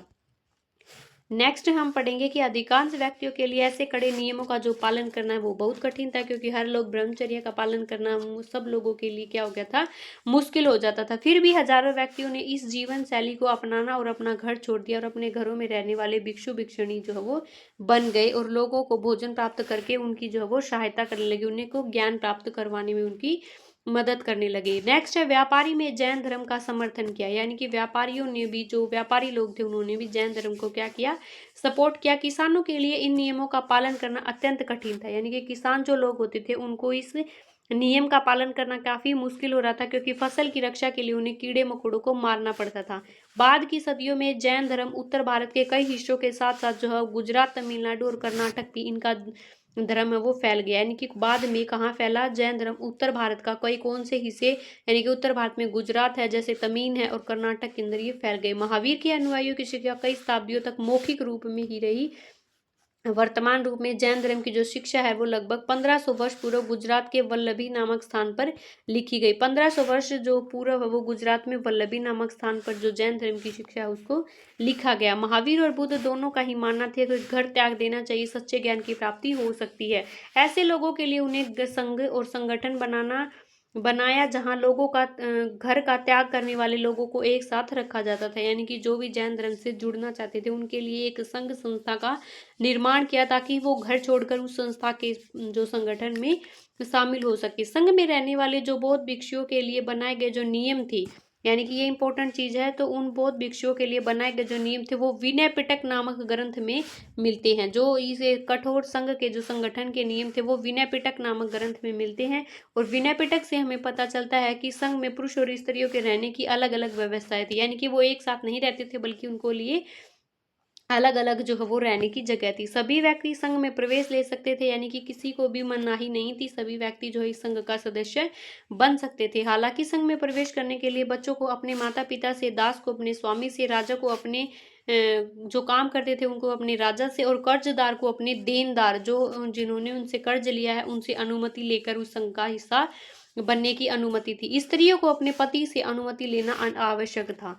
तो नेक्स्ट है, संघ में प्रवेश करने वाले जो स्त्री पुरुष है उनका जीवन है वो बहुत सादा था। वे अधिकांश जो समय है वो किस में बिता देते थे? काम करने में, ध्यान करने के अंदर बिता देते थे, और एक निश्चित समय में वो शहरों और गांव में जाकर अपने पेट भरने के लिए भिक्षा मांगते थे। यही कारण है कि भिक्षु और भिक्षुणी एक जो है वो साधु और भिखारी के लिए प्राकृत शब्द कहा जाता है। भिक्षु और भिक्षुणी जो है वो शब्द कौन सा है? प्राकृत भाषा का शब्द है। वे आम लोगों को शिक्षा देते थे और साथ ही एक दूसरे की सहायता भी करते थे, यानी कि साधु और जो भिखारी हैं उन साधु और भिखारी के लिए प्राकृत शब्द हैं। ये साधु और भिखारी के लिए प्राकृत शब्दों में उन्हें भिक्षु भिक्षुणी कहा गया। और जो भोजन देते थे उन लोगों की, वो क्या करते थे? एक दूसरे की मदद भी करते थे। इस तरह उनकी आपसी लड़ाई का निपटारा होता गया और वे प्राय बैठ के भी जो है वो किया करते थे। नेक्स्ट है, संघ में जो प्रवेश लेते थे ब्राह्मण, क्षत्रिय, व्यापारी, मजदूर, नाइक, गणिका और दास भी शामिल थे। इनमें कई लोगों ने बुद्ध शिक्षाओं को विषय में लिखा और कुछ लोगों ने संघ के अपने जीवन में विषय में सुंदर कविताओं की रचना की। कारले कहाँ है? वर्तमान में महाराष्ट्र में है, और कारले में एक गुफा है। कारले कहाँ है?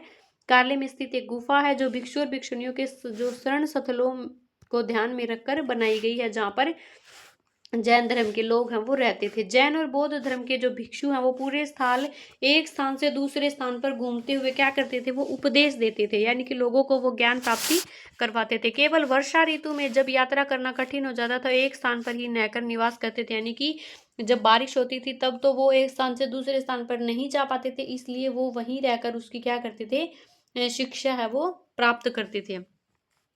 ऐसे समय में वे अपने अनुयायियों तथा उद्यानों में बनवाए गए अस्थायी निवासों में अथवा पहाड़ी क्षेत्रों की जो प्राकृतिक गुफाएं हैं उनके ऊपर रहा करते थे। अस्थायी निवास में जो पहाड़ों के ऊपर गुफाएं होती थी वहां पर वो अपना रहने का जगह है वो बनाते थे। जैसे जैसे समय बीता भिक्षुओं और भिक्षुणियों ने स्वयं तथा अपने जो समर्थक हैं उनके लिए अधिक स्थायी और जो शरणास्थल की आवश्यकता है उनका अनुभव किया, तब कई शरणास्थल बनाए और जिन्हें क्या कहा जाता है? विहार है वो कहा जाता है। जो शरण के लिए स्थल बनाए गए उन्हें क्या कहा जाता है? विहार है वो कहा जाता है। तो ये चीज आपके लिए इंपॉर्टेंट है जो आपको याद रखनी है। नेक्स्ट है, आरंभिक विहार वो है लकड़ी से बनाए जाते थे। बाद में इन विहारों का निर्माण है वो ईंटों का प्रयोग किया जाने लगा। पश्चिम भारत में विशेषकर कुछ विहार पहाड़ियों को देखकर क्या बनाए गए हैं? पश्चिम के अंदर पहाड़ होते हैं और पहाड़ों में ये खोद कर बनाए गए हैं ये विहार। नेक्स्ट हम पढ़ेंगे, एक एक बौद्ध ग्रंथ से ज्ञात होता है। तो इस तरह महासागरों में जो मिलने पर नदियों की जो अलग अलग पहचान समाप्त हो जाती है, ठीक उसी तरह बौद्ध के अनुयायी जब भिक्षुणियों की श्रेणी में प्रवेश करते हैं तो वे अपना वर्ण, श्रेणी और परिवार सब कुछ त्याग देते हैं। तो इसी तरीके से वो क्या कर देते हैं? जब बौद्ध धर्म जैन धर्म अपना लेते हैं तो अपना जो पहचान है, घर है, उसको त्याग देती हैं। प्राय किसी धनी व्यापारी, राजा और भूस्वामी द्वारा दान में दी गई भूमि पर विहार का निर्माण होता था। स्थानीय व्यक्ति भिक्षु भिक्षुणियों के लिए भोजन, वस्त्र, दवाइयाँ लेकर आते थे, जिसके बदले वे भिक्षु और भिक्षुणी लोगों को शिक्षा देते थे। क्या करते थे? यानी कि वो तो उन भिक्षु भिक्षुणियों के भोजन देते थे, वस्त्र और दवाइयाँ देते थे, और बदले में वो भिक्षु भिक्षुणी क्या करते थे? उनको शिक्षा देते थे। आगे आगे शताब्दियों में बौद्ध धर्म उपमहाद्वीप के विभिन्न हिस्सों और बाहरी क्षेत्रों के अंदर फैल गया। नेक्स्ट फिर है, इसके बाद हुई आश्रम व्यवस्था शुरू। तो आश्रम व्यवस्था यानी कि जो विहार थे उनके बाद क्या हुई, आश्रम व्यवस्था की शुरुआत जो है वो हुई। जैन और बौद्ध धर्म के जिस समय लोकप्रिय हो रहे थे, लगभग उसी समय ब्राह्मणों ने आश्रम व्यवस्था का विकास किया, यानी कि वहां पर जो संगठन बनाए गए थे उनके लिए आश्रम व्यवस्था का निर्माण किया। आश्रम का तात्पर्य है ध्यान करने के लिए प्रयोग में रहने वाले स्थान से नहीं है, बल्कि इसका तात्पर्य जीवन के एक चरण से है। यानी कि आश्रम, अब आप सोच रहे हो आश्रम तो क्या है, रहने की जगह है, क्या है, रहने की जगह है, लेकिन ये जो है आश्रम का तात्पर्य रहने की जगह से नहीं, जीवन के एक चरण से मानते हैं, जिसके अंदर ब्रह्मचर्य ग्रस्त जीवन, ब्रह्मचर्य ग्रस्त जीवन, वानप्रस्थ जीवन और संन्यास नामक 4 आश्रमों की इसके अंदर व्यवस्था की गई है। ब्रह्मचर्य के अंदर ब्राह्मण, क्षत्रिय तथा वैश्य से अपेक्षा की जाती थी कि इस चरण के दौरान वे अपना सादा जीवन बिताकर किस चीज का अध्ययन करें, सिर्फ पढ़ाई पर ध्यान दें और या फिर वेदों का अध्ययन करें। नेक्स्ट है गृहस्थ आश्रम के अंतर्गत उन्हें विवाह कर एक गृहस्थ के रूप में रहना पड़ता था, और वानप्रस्थ के अंतर्गत उन्हें जंगलों में जाकर साधना करनी पड़ती थी और उन्हें सब कुछ त्याग कर सन्यासी बन जाना था। आश्रम व्यवस्था के लोगों को अपने जीवन का कुछ हिस्सा जो है ध्यान में लगाने पर बल दिया। नेक्स्ट है प्राय स्त्रियों को जो वो वेद पढ़ने की अनुमति नहीं होती थी। इस टाइम पर भी स्त्रियों को वेदों की जो वो शिक्षा नहीं दी जाती थी, वेद पढ़ने की अनुमति है वो नहीं दी जाती थी। उन्हें अपने पतियों द्वारा पालन किए जाने वाले जो आश्रम हैं, यानी कि जो ब्रह्मचर्य है, गृहस्थ है, वानप्रस्थ है, सन्यासी जीवन है, इसी का अनुसरण है उनको करना पड़ता था।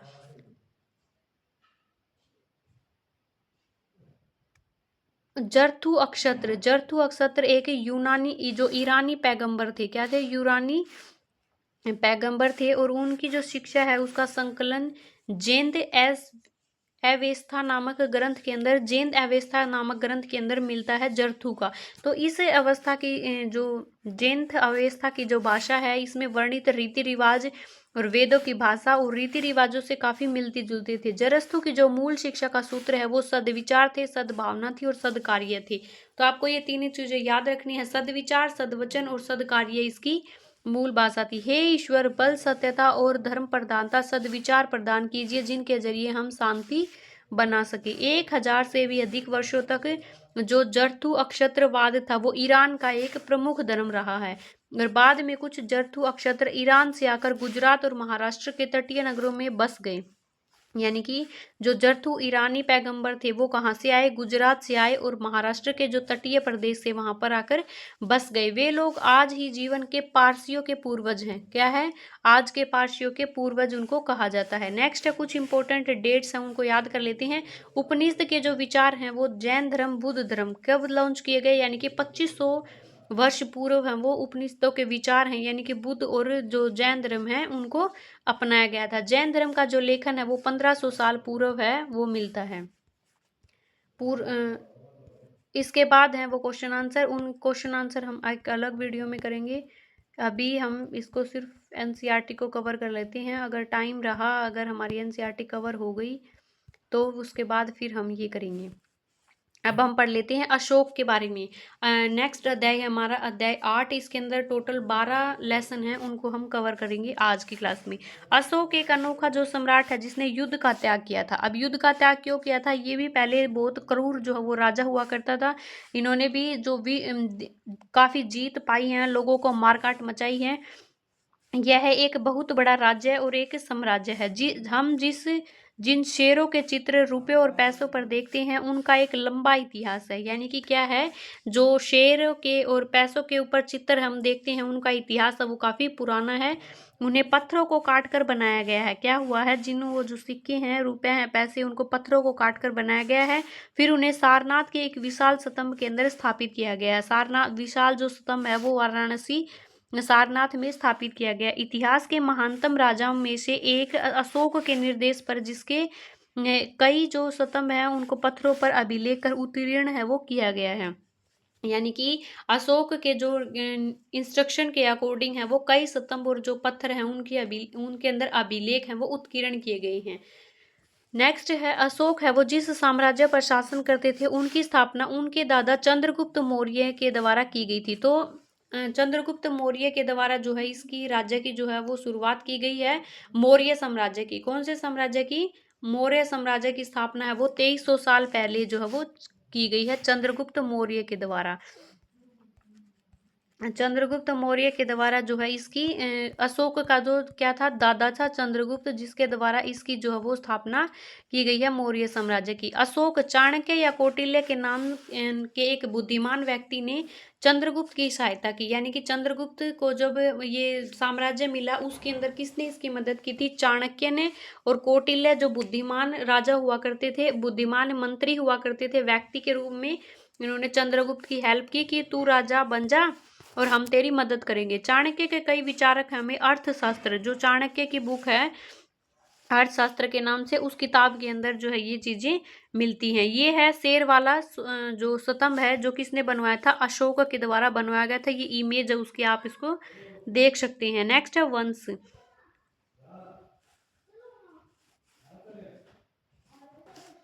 वंश, वंश क्या होते हैं कि जब है एक ही परिवार के कई सदस्य एक जो बार है राजा बनते हैं। यानी कि एक जो परिवार के कई सदस्य हैं वो एक के बाद एक है वो राजा बनते जाते हैं, तो यानी कि वो वंश कहलाते हैं। जैसे वंशानुगत जो प्रणाली है वो उनके अंदर आती है, आनुवांशिक जो राजा का पद है वो उनको मिला। मौर्य वंश के 3 महत्वपूर्ण राजा हुए। आपको ये चीज है वो याद रखनी है। सबसे पहले तो हुआ चंद्रगुप्त, जिसने मौर्य वंश के संस्थापक का। फिर चंद्रगुप्त का जो बेटा है वो कौन हुआ, बिंदुसार। और बिंदुसार के बाद है वो बिंदुसार का जो पुत्र है वो कौन हुआ, अशोक हुआ। तो ये तीनों जो मौर्य वंश के राजा हैं वो काफी महत्वपूर्ण जो है वो रहे हैं। साम्राज्य में बहुत से नगर थे, यानी कि जो चंद्रगुप्त और अशोक का जो साम्राज्य था वो काफी महत्वपूर्ण साम्राज्य था। इनमें जो साम्राज्य की जो राजधानी है वो क्या थी, पाटलिपुत्र, उज्जैन और तक्षशिला जैसे प्रमुख नगरों में थी। यानी कि जो इस साम्राज्य की जो राजधानी थी वो कौन सी थी, पाटलिपुत्र, उज्जैन और तक्षशिला जो है वो इसकी राजधानी थी, जो इसके प्रमुख नगरों के रूप में कही जाती है।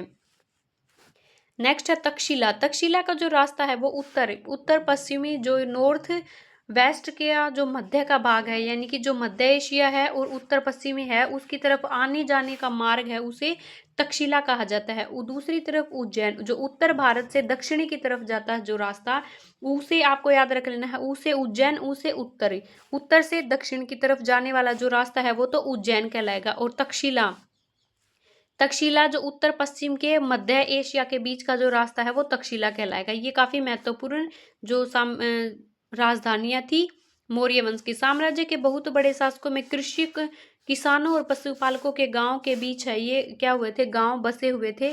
और मध्य भारत जैसे इलाकों में ज्यादातर जो हिस्सा था वो किससे भरा हुआ था, जंगलों से भरा हुआ था। यानी कि जो तक्षशिला का जो रास्ता था वो जो ज्यादातर जो हिस्सा था वो किससे भरा हुआ था, जंगलों से भरा हुआ था।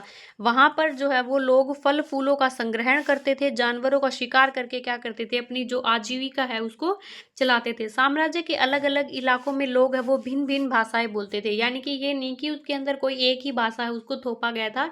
उस साम्राज्य के जो लोग हैं वो अलग अलग भाषाएं बोलते थे। वे लोग शायद अलग अलग प्रकार के भोजन करते थे, यहाँ तक कि वो अलग अलग ही किस्म की जो है वो पोशाक भी पहनते थे। जिस तरीके से वो लोग है अलग अलग तरह की खाना भाषा बोलते थे, अलग अलग तरह के जो पोशाकें हैं वो पहनते थे, उनके ऊपर कोई भी बाउंडेशन है वो लागू नहीं होती थी।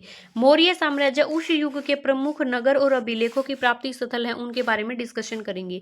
राज्य साम्राज्य में कैसे भिन्न था, यानी कि जो राज्य है वो साम्राज्य से किस तरीके से भिन्न था। साम्राज्य राज्य से बड़ा होता था, यानी कि एक तो राज्य होता है जो एक स्टेट होता है, और एक होता है, आपको याद रख लेना, बहुत सारे जो राज्य हैं वो मिलकर क्या बनाते हैं, साम्राज्य का निर्माण करती हैं। उनकी रक्षा के लिए जो बड़ी सेनाओं की जरूरत होती है, यानी कि साम्राज्य अगर बड़ा होगा तो सेना की भी जो ज्यादा सेना की जरूरत होगी। इसलिए सम्राटों को राजाओं की तुलना, जो सम्राट होते थे वो साम्राज्य के होते थे और राज्य के हैं वो राजा होते थे। तो सम्राटों को राज्यों की तुलना में ज्यादा संसाधनों की आवश्यकता पड़ती थी। इसी कारण उन्हें बड़ी संख्या में कर इकट्ठा करने वाले अधिकारियों की जरूरत पड़ी। यानी कि अगर बड़े साम्राज्य का जो सम्राट होगा तो उसको ज्यादा लोगों से कर है वो इकट्ठा करना पड़ेगा, और वो कर इकट्ठा राजा खुद जाके कर नहीं सकता, तो उसके लिए उसको क्या करना पड़ेगा, अधिकारियों की, मंत्रियों की नियुक्ति है वो करनी पड़ेगी जो कर वसूली का काम करेंगे। नेक्स्ट है साम्राज्य का प्रशासन है वो किस तरीके से चलता है। अब आपको राज्य और साम्राज्य के बीच का डिफरेंस है वो समझ में आ गया होगा।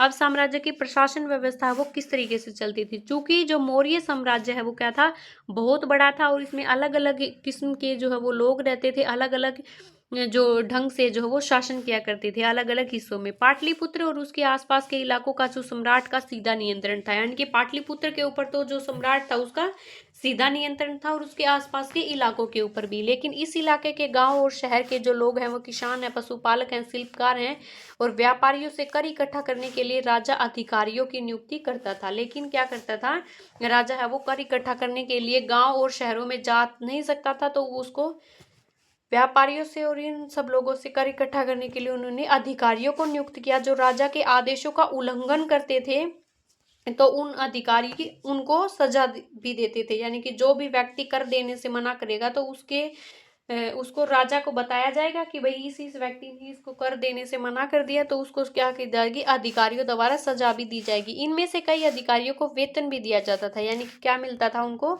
वेतन मिलता था काम करने के बदले में। संदेशवाहक एक जगह से दूसरी जगह घूमते रहते थे। राजा के जासूस अधिकारियों के कार्यकलाप होते थे, जो कार्य विधि होती थी, जो एक्टिविटीज होती थी, उनके ऊपर नजर रखते थे। उन सबसे ऊपर सम्राट था। कौन सा था, यानी कि सबसे ऊपर क्या था, सम्राट था, जो राज परिवार था और वरिष्ठ मंत्रियों की सहायता से सबके ऊपर क्या करता था, कंट्रोल बना के रखता था।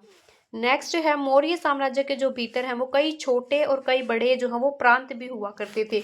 इन पर तक्षशिला और उज्जैन जैसे प्रांतीय जो राजधानी होती थी उनके ऊपर ये शासन करते थे। कुछ हद तक पाटलिपुत्र से इन क्षेत्रों पर नियंत्रण रखा जाता था। अक्सर राजकुमारों को वहां का राज्यपाल या फिर गवर्नर किसको कहते हैं, राज्यपाल को कहते हैं, उनको भेजा जाता था। लेकिन ऐसा लगता है कि इन राज्यों में स्थानीय जो परंपराएं हैं उनके नियमों को ही माना जाता था, जो यानी कि जो स्थानीय परंपराएं हैं उन्हीं नियमों को यहाँ पर माना जाता था। प्रादेशिक जो केंद्रों के बीच में जो विस्तृत क्षेत्र हुआ करते थे, इन इलाकों में मौर्य शासक जो सिर्फ मार्ग नदियों का नियंत्रण करने की कोशिश करते थे और आवागमन के लिए ये काफी इम्पोर्टेंट महत्वपूर्ण रहे हैं। वहां से उन्हें जो भी संसाधन और भेंट के रूप में मिलते थे उसे इकट्ठा किया जाता था। उदाहरण के लिए अर्थशास्त्र बुक जो है, जो चाणक्य द्वारा लिखी गई है, यह लिखा है कि उत्तर पश्चिम से कंबल, ये क्वेश्चन पूछा गया है कि उत्तर पश्चिम से जो है वो क्या मिलता था, तो कंबल मिलते थे, और दक्षिणी भारत से सोना और कीमती पत्थरों के लिए प्रसिद्ध था। तो ये क्वेश्चन दोनों ही क्वेश्चन बने हुए हैं कि उत्तर पश्चिम से आपको क्या मिलता था, तो उत्तर पश्चिम कंबल के लिए और जो है वो दक्षिणी भारत सोने और कीमती पत्थरों के लिए प्रसिद्ध था। संभवतः है संसाधन और नजराने के रूप में यहाँ से कर है वो इकट्ठा किया जाता था। नेक्स्ट अब नजराने हैं वो क्या होते हैं, इसको हम पढ़ेंगे। कर और नियमित ढंग से इकट्ठा किए जाते थे, वहीं नजराने अनियमित रूप से जब भी संभव हो इकट्ठे किए जाते थे। यानी कि नजराना क्या होती है, भेंट होती है, गिफ्ट होते हैं, उपहार होते हैं। जैसे नजराने हैं वो विविध पदार्थों के रूप में होते हैं, यानी कि कोई टैक्स है वो नहीं होता, कॉन्टिन्यूअस नियमित ढंग से इसको लागू नहीं किया जाता। ऐसे लोगों से लिए जाते थे जो स्वेच्छा से, यानी कि अपनी मर्जी से हम किसी को गिफ्ट देते हैं। जैसे किसी को राजा की नीतियां हैं वो पसंद आती थी, उनके पास अगर कोई चीज होती थी, जंगलों में से इकट्ठा करते थे, तो वो राजा को एज ए गिफ्ट नजराने के रूप में वो प्रोवाइड करवाते थे। नेक्स्ट हम पढ़ेंगे राजधानी में सम्राट। राजधानी के अंदर जो है वो कौन सम्राट होता था, तो अभी आपने पढ़ा बहुत सारे जो राजा है वो छोटा होता था, सम्राट है वो काफी बड़ा होता था। अशोक है वो क्या था, सम्राट था। मैगस्थनीज जो बुक है वो किसने लिखी, चंद्रगुप्त के दरबार में। मैगस्थनीज जो बुक है वो चंद्रगुप्त के दरबार में पश्चिम यूनानी जो एशिया के यूनानी राजा सेल्यूकस निकेटर का राजदूत था। कौन था, मैगस्थनीज जो वो सेल्यूकस निकेटर का राजदूत था, जो चंद्रगुप्त के दरबार में आया और पश्चिम एशिया यूनान का जो है वो राजा सेल्यूकस निकेटर का राजदूत था। तो आपको ये चीज है वो याद रखनी है। मैगस्थनीज ने जो कुछ भी देखा उसका विवरण है वो अपनी जो पुस्तक में है वो किया है। किसके दरबार में आया था, वो चंद्रगुप्त के दरबार में आया था। और ये किसका राजदूत था, सेल्यूकस निकेटर का है ये राजदूत था, ये आपको याद रखनी है। यहाँ हम इनके विवरण का वर्णन एक अंश में दे रहे हैं। सम्राट जनता के सामने आने के अवसरों को पर शोभा यात्रा के रूप में जश्न मनाया जाता था। उन्हें सोने की पालकी में ले जाया जाता था। उनके अंगरक्षक सोने और चांदी से अलंकृत हाथियों पर सवार होकर आते थे। कुछ अंगरक्षक पेड़ों को लेकर चलते थे और पेड़ों पर आश्रय जो प्रशिक्षित तोतों का एक झुंड रहता था और सम्राट के सिर पर वो है वो चक्कर काटते थे। यानी कि जो ट्रेंड किए हुए तोते हैं उनको भी अंगरक्षक हैं वो जैसे बॉडीगार्ड्स होते हैं वैसे राजा के साथ साथ चलते थे और वो झुंड है वो जो सम्राट होता था, जो राजा होता था, उसके सिर पर उन तोतों का झुंड है वो मंडराता था और बहुत सारे बॉडीगार्ड्स हैं वो आते थे और सोने की पालकी में उनको बैठा के लाया जाता था और जश्न की तरह उनका स्वागत है वो किया जाता था भव्य तरीके से। हथियारबंद जो महिलाओं से घिरे होते थे वे हमेशा इस बात से डरते थे कि कोई जो उनकी हत्या न कर दे और हत्या की कोशिश न करे। उनका खाना खाने से पहले भी खाना है वो नौकर को चखवाकर फिर उनको खाना जो वो दिया जाता था। 2 रात एक ही कमरे में नहीं सोते थे। तो ये सम्राट की जो है वो रहन सहन प्रक्रिया है वो बताई गई है। नेक्स्ट है पाटलिपुत्र, जिसे क्या कहा जाता है आधुनिक पटना। इसके बारे में क्या जो है लिखा गया है कि जो पटना है, पाटलिपुत्र है, आपको ये एक विशाल और भव्य खूबसूरत नगर है। यह एक विशाल प्राचीर से घिरा हुआ, प्राचीर यानी कि एक बहुत बड़ी बिल्डिंग से घिरा हुआ है जिसके अंदर 570 बुर्ज हैं। बुर्ज क्या होते हैं, जैसे कि ये आपकी दीवार है और इसमें बीच में बैठने के लिए ऐसे ऐसे होते हैं जिसमें वो जो सिपाही होते हैं, जो सेना, जो रक्षक होते हैं, जब वो विश्राम के लिए इसके अंदर बैठकर जो है वो निगरानी रख सकते हैं। तो ये दीवारों के साथ साथ क्या बनाए जाते थे, बुर्ज हैं वो बनाए जाते थे। इसके ऊपर कितने बुर्ज हैं, 570 बुर्ज हैं और 64 द्वार हैं। आपको याद रखने हैं 2 या 3 जो मंजिल वाले घर होते हैं लकड़ी और कच्ची ईंटों से बने हुए होते हैं। राजा का महल भी काठ यानी कि लकड़ी वुड से बना हुआ होता है जिसे पत्थर की नक्काशी से अलंकृत किया जाता है और इससे चारों दीवारों पर उद्यान और चिड़ियाओं के लिए जो बसेरा है वो घर बनाया जाता है। ये पाटलिपुत्र की बात हो रही है तो आपको यही चीजें याद रखनी है, बुर्ज और दीवार कितनी थी। और महल है वो लकड़ी का बना होता था और पत्थर की नक्काशी से उससे अलंकृत यानी कि सजाया जाता था। नेक्स्ट है जंगलों में रहने वाले जो लोग हैं वो काफी हद तक स्वतंत्र थे। उन्हें यह उम्मीद थी कि मौर्य पदाधिकारियों को हाथी, लकड़ी, मधु और मोम जैसी चीजें हैं वो लाकर देते थे। तो ये चीजें आपको याद कर लेनी है। नेक्स्ट है अशोक एक अनोखा सम्राट था। अब अनोखा वो कैसे था वो चीजें हम अभी देखेंगे। अशोक है वो मौर्य वंश का सबसे प्रसिद्ध शासक था। मौर्य वंश की स्थापना है वो किसने की, कमेंट सेक्शन में लिखोगे आप, अभी हमने अभी पढ़ा था। तो सबसे प्रसिद्ध शासक था वह। ऐसे पहले शासक थे जिन्होंने अभिलेखों द्वारा जनता तक अपने संदेश है वो पहुंचाने की कोशिश की। यानी कि अशोक एक ऐसा सम्राट था जिसने अभिलेख बनवाए और अभिलेखों द्वारा अपना जो संदेश है वो कहाँ तक पहुंचाया, जनता तक पहुंचाया। अशोक के ज्यादातर अभिलेख है वो भाषा है, कौन सी भाषा है, लैंग्वेज आपको याद रखनी है, प्राकृत भाषा, ब्राह्मी लिपि के अंदर, ब्राह्मी और खरोष्ठी और आपको ऐड कर लेनी है। खरोष्ठी लिपि के अंदर ये जो हैं वो लिखे गए हैं। अशोक की भाषा है वो कौन कौन सी है मैं यहाँ पर ऐड ऑन कर देती हूँ, उसको आपको क्या कर लेना है, आपको याद कर लेना है। अशोक की जो भाषा अभिलेखों की भाषा है वो प्राकृत, नेक्स्ट है आपको संस्कृत भाषा और एक भाषा है अराइमेक। अराइमेक ये आपको लिख लेनी है। लिपि पूछे तो ब्राह्मी लिपि एक तो हो गई और एक होती है आपकी खरोष्ठी लिपि। ये दोनों चीजें याद कर लेनी है आपको। नेक्स्ट है अब अशोक ने युद्ध करना क्यों छोड़ दिया, क्योंकि इससे पहले तो ये भी काफी एक शक्तिशाली राजा बनना चाहता था। लेकिन कलिंग का जब युद्ध करता है तो अशोक का जो अभिलेख है उसमें वर्णन किया गया है कि मैंने एक अभिलेख में अशोक ने यह बात कही कि राजा बनने के 8 साल बाद, यानी कि जब अशोक है वो राजा बना उसके 8 साल के बाद उसने कलिंग पर विजय की और लगभग 1.5 लाख लोगों को बंदी बना लिया और 1 लाख से ज्यादा लोगों को उसने मार दिया, यानी कि वो युद्ध के अंदर मर गए। इससे मुझे अपार दुख हुआ, यानी कि क्या हुआ, बहुत दुख हुआ, क्योंकि जब किसी स्वतंत्र देश को जीता जाता है तो लाखों लोग मर जाते हैं और बहुत सारे लोग हैं उनको बंदी बना लिया जाता है, जिससे ब्राह्मण और शर्मण, शर्मण क्या होते हैं, जो टूरिस्ट जो लोग होते हैं वो शर्मण यानी कि जो देखने के लिए चीजों को आते हैं, जो अपने सगे संबंधी और मित्रों को बहुत प्यार करते हैं, दास मर्तकों के प्रति दयावान होते हैं, वे भी इस युद्ध के अंदर अब मारे जाते हैं और अपने प्रियजनों को खो देते हैं। और इसलिए मुझे पश्चाताप हो रहा है।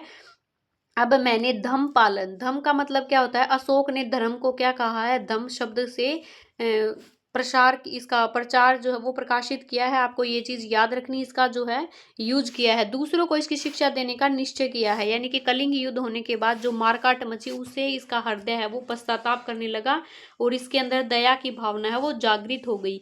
और इसके बाद ये बोलने लगा अशोक राजा जो सम्राट है वो, कि आज के बाद मैं युद्ध जो है नहीं करूंगा और मैं बौद्ध धर्म के नियमों का पालन करूंगा।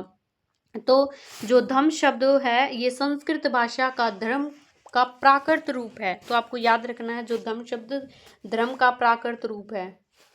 नेक्स्ट है जो बिहार के रामपुरवा में मिले उत्कृष्ट पोलिस और वैश्वी शीर्ष यातक जो मौर्य कालीन स्तंभ का जो हिस्सा है वो वर्तमान में राष्ट्रपति भवन में रखा गया है और यह उस समय की मूर्तिकला का एक उत्कृष्ट नमूना है। यानी कि बिहार का जो रामपुरवा में मिला एक उत्कृष्ट पोलिस वैश्वी यानी कि जो वृषभ यानी कि जो बैल का एक चित्र है, चित्र नहीं मूर्ति है, और ये मौर्य कालीन स्तंभ का क्या है हिस्सा है और इसे राष्ट्रपति के वर्तमान में जो राष्ट्रपति हैं उसके भवन में रखा गया है, जो एक मूर्ति कला का अद्भुत नमूना है। कलिंग का जो युद्ध है, कलिंग तटवर्तीय उड़ीसा का प्राचीन नाम है। कलिंग जो है वो तटवर्तीय कौन जो उड़ीसा है उसका प्राचीन नाम क्या था, कलिंग था। अशोक ने कलिंग को जीतने के लिए एक युद्ध लड़ा तो लेकिन युद्ध जनित हिंसा और खून खराबा देकर युद्ध से उसे वितृष्णा हो गई, यानी कि उसका जो मन है वो हट गया और उन्होंने निर्णय लिया कि वो भविष्य में कभी भी युद्ध नहीं लड़ेगा। यानी कि कलिंग के बाद जो उसका मन जो है वो बदल गया कि उसके बाद वो कभी भी युद्ध जो है वो नहीं लड़ेगा।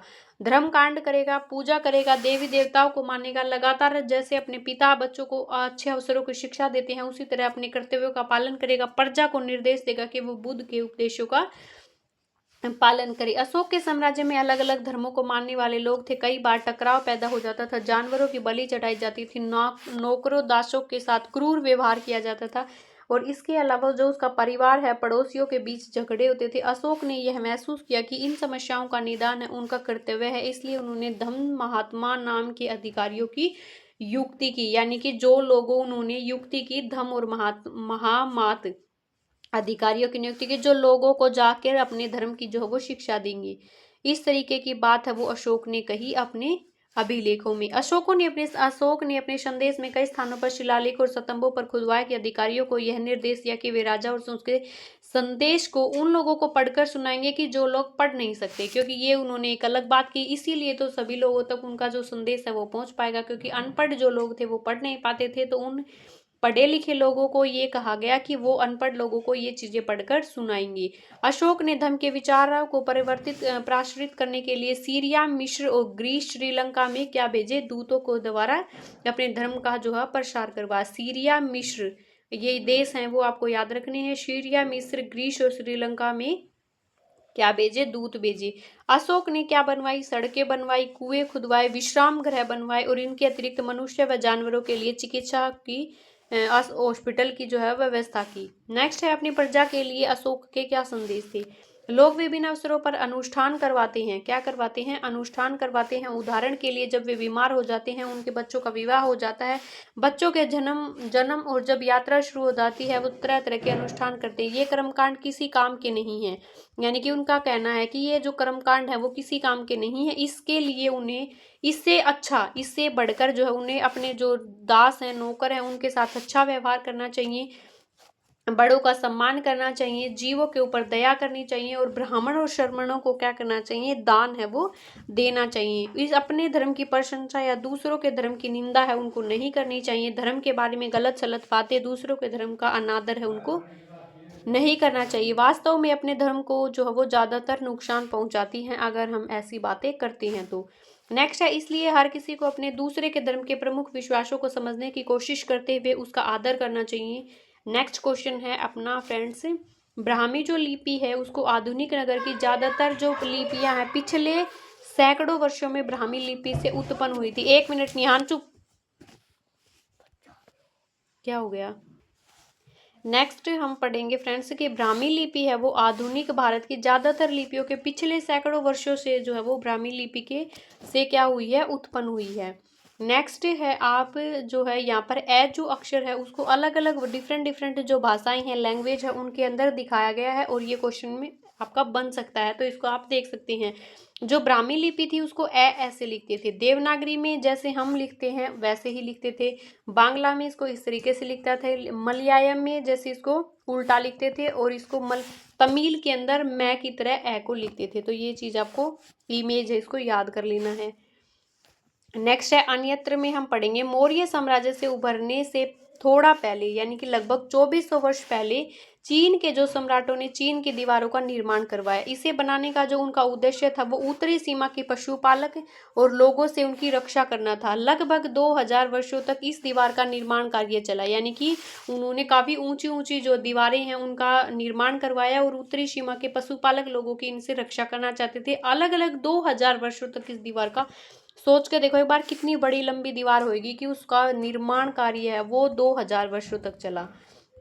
तो चीन वालों ने कितनी लंबी जो दीवार उसका बनवा रखा था, क्योंकि साम्राज्य की जो सीमा है वो बदलती रही, यानी कि जो सीमाएं हैं वो बढ़ती चली गई, इसलिए दीवार भी वो बढ़ती चली गई। उस दीवार की जो लंबाई है वो कुल 6400 जो है 6400 है वो कितनी है, इसकी लंबाई है वो बनती है 64 किलोमीटर, इसकी 6400 किलोमीटर इसकी लंबाई है, तथा पत्थर और ईंटों से बनी है। किस चीज से बनी है ये, तो ये जो दीवार है वो पत्थर और ईंटों से बनाई गई है। इसकी जो ऊपरी सतह है वो सड़क जैसी चौड़ी है, यानी कि इस तरीके की जो है ये दीवार थी, इसके ऊपर से इतनी मोटी थी कि वो ट्रक भी जो यहाँ से निकल सकता था।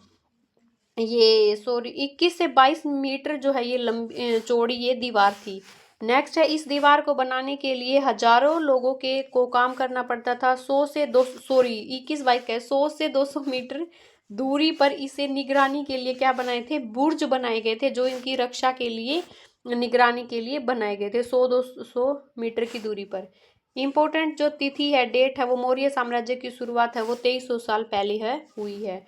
आगे की बात में हम पढ़ेंगे कि 2200 वर्ष पहले मौर्य साम्राज्य का पतन हो गया। 2300 साल पहले तो उसकी क्या हुई थी, शुरुआत हुई थी मौर्य साम्राज्य की। किसकी हुई थी, मौर्य साम्राज्य की शुरुआत 2300 साल पहले, और 2200 साल पहले मौर्य साम्राज्य का जो पतन हो गया। इसके साथ ही अन्य जो जगह थी, जैसे नए राज्यों का उदय हुआ।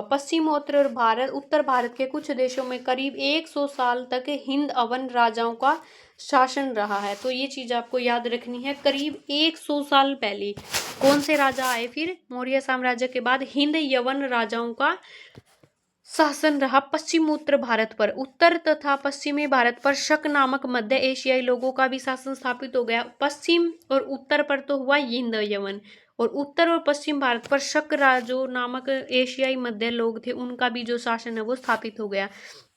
इनमें से कुछ जो राज्य थे वो 500 वर्षों तक टिके रहे, यानी कि कितने टाइम तक, 500 वर्षों तक टिके रहे।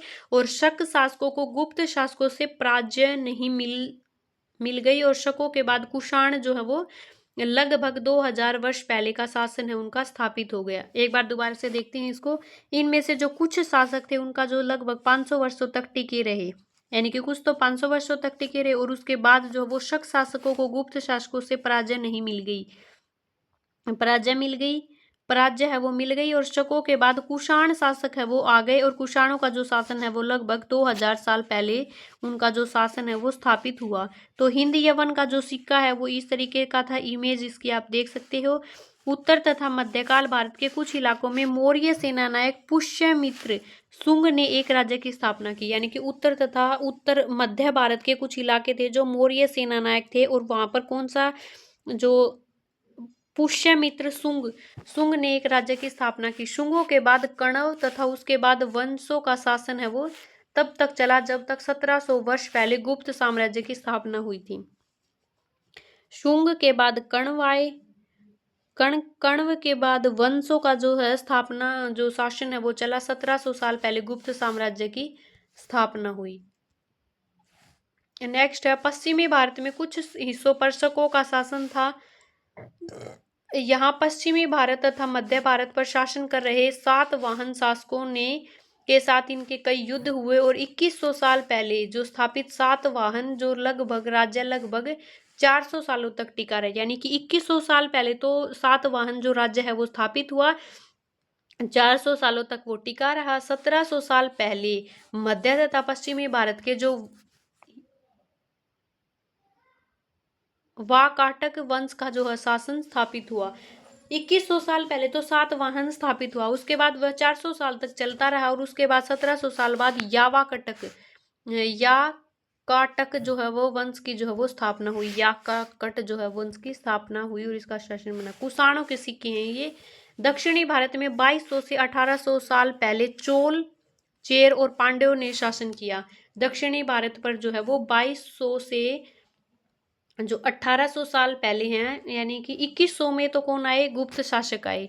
उसके बाद जो है वो कौन सा राजा आया, वंश यावा कटक सातवाहन 2100 से आया। सातवाहन 400 सालों तक इसने राज किया। 1700 के बाद यावा सॉरी वाह काटक जो है, ये प्रोनाउंसिएशन ही नहीं, वाह काटक जो है वो वंश आया। और 2200 से 1800 साल के पूर्व के बीच है, 2200 से 1800 साल के बीच कौन से आए, चोल, चेर और पांड्यों ने शासन किया। और 1500 साल पहले पल्लवों और चालुक्यों के दो बड़े राज्यों की स्थापना हुई, यानी कि तीन जो है वो प्रजाति आई, चोल, चेर और पांड्या। इन्होंने 2200 से 1800 तक शासन किया। और 1500 साल पहले पल्लव और चालुक्यों के दो हैं वो बड़े राज्यों की स्थापना हुई। ये शकों का सिक्का था भाई, थोड़ा ही रहता है, फिर उसके बाद ये रह गया, उसके बाद क्वेश्चन आंसर आएंगे। फिर हम व्यापारियों ने एक तरफ जहां उपमहाद्वीप के अंदर और बाहर जमीन के रास्तों की खोज की, वहीं पश्चिमी जो एशिया है वो पूर्वी अफ्रीका तथा दक्षिणी पूर्वी एशिया के जो समुद्री रास्ते भी खुले। मंदिरों, स्तूपों और अन्य इमारतों का निर्माण हुआ, किताबें लिखी गई और विज्ञान की जो है वो खोज की गई। तो इस तरीके से जो है वो अलग अलग 7 वाहनों का जो सिक्का है ये इस तरीके का है, इसको आप देख सकते हैं। ये है क्वेश्चन आंसर करेंगे तो हमारी वीडियो है वो कहीं 2-3 दिन में खत्म होएगी। तो पहले हम सिर्फ एनसीईआरटी को कर लेते हैं, क्वेश्चन आंसर इसके बाद करेंगे। नेक्स्ट लेसन हम पढ़ेंगे खुशहाल गांव और समृद्ध शहर। कौन सा जो है वो चीज़ें यहाँ आई, कौन सी चीज़ें गई, 9, 10, 11 और 12 4 ही लेसन रह गए, इनको हम कवर कर लेते हैं जल्दी जल्दी। उसके बाद हम अच्छे से अपने क्वेश्चन आंसर को प्रैक्टिस करेंगे।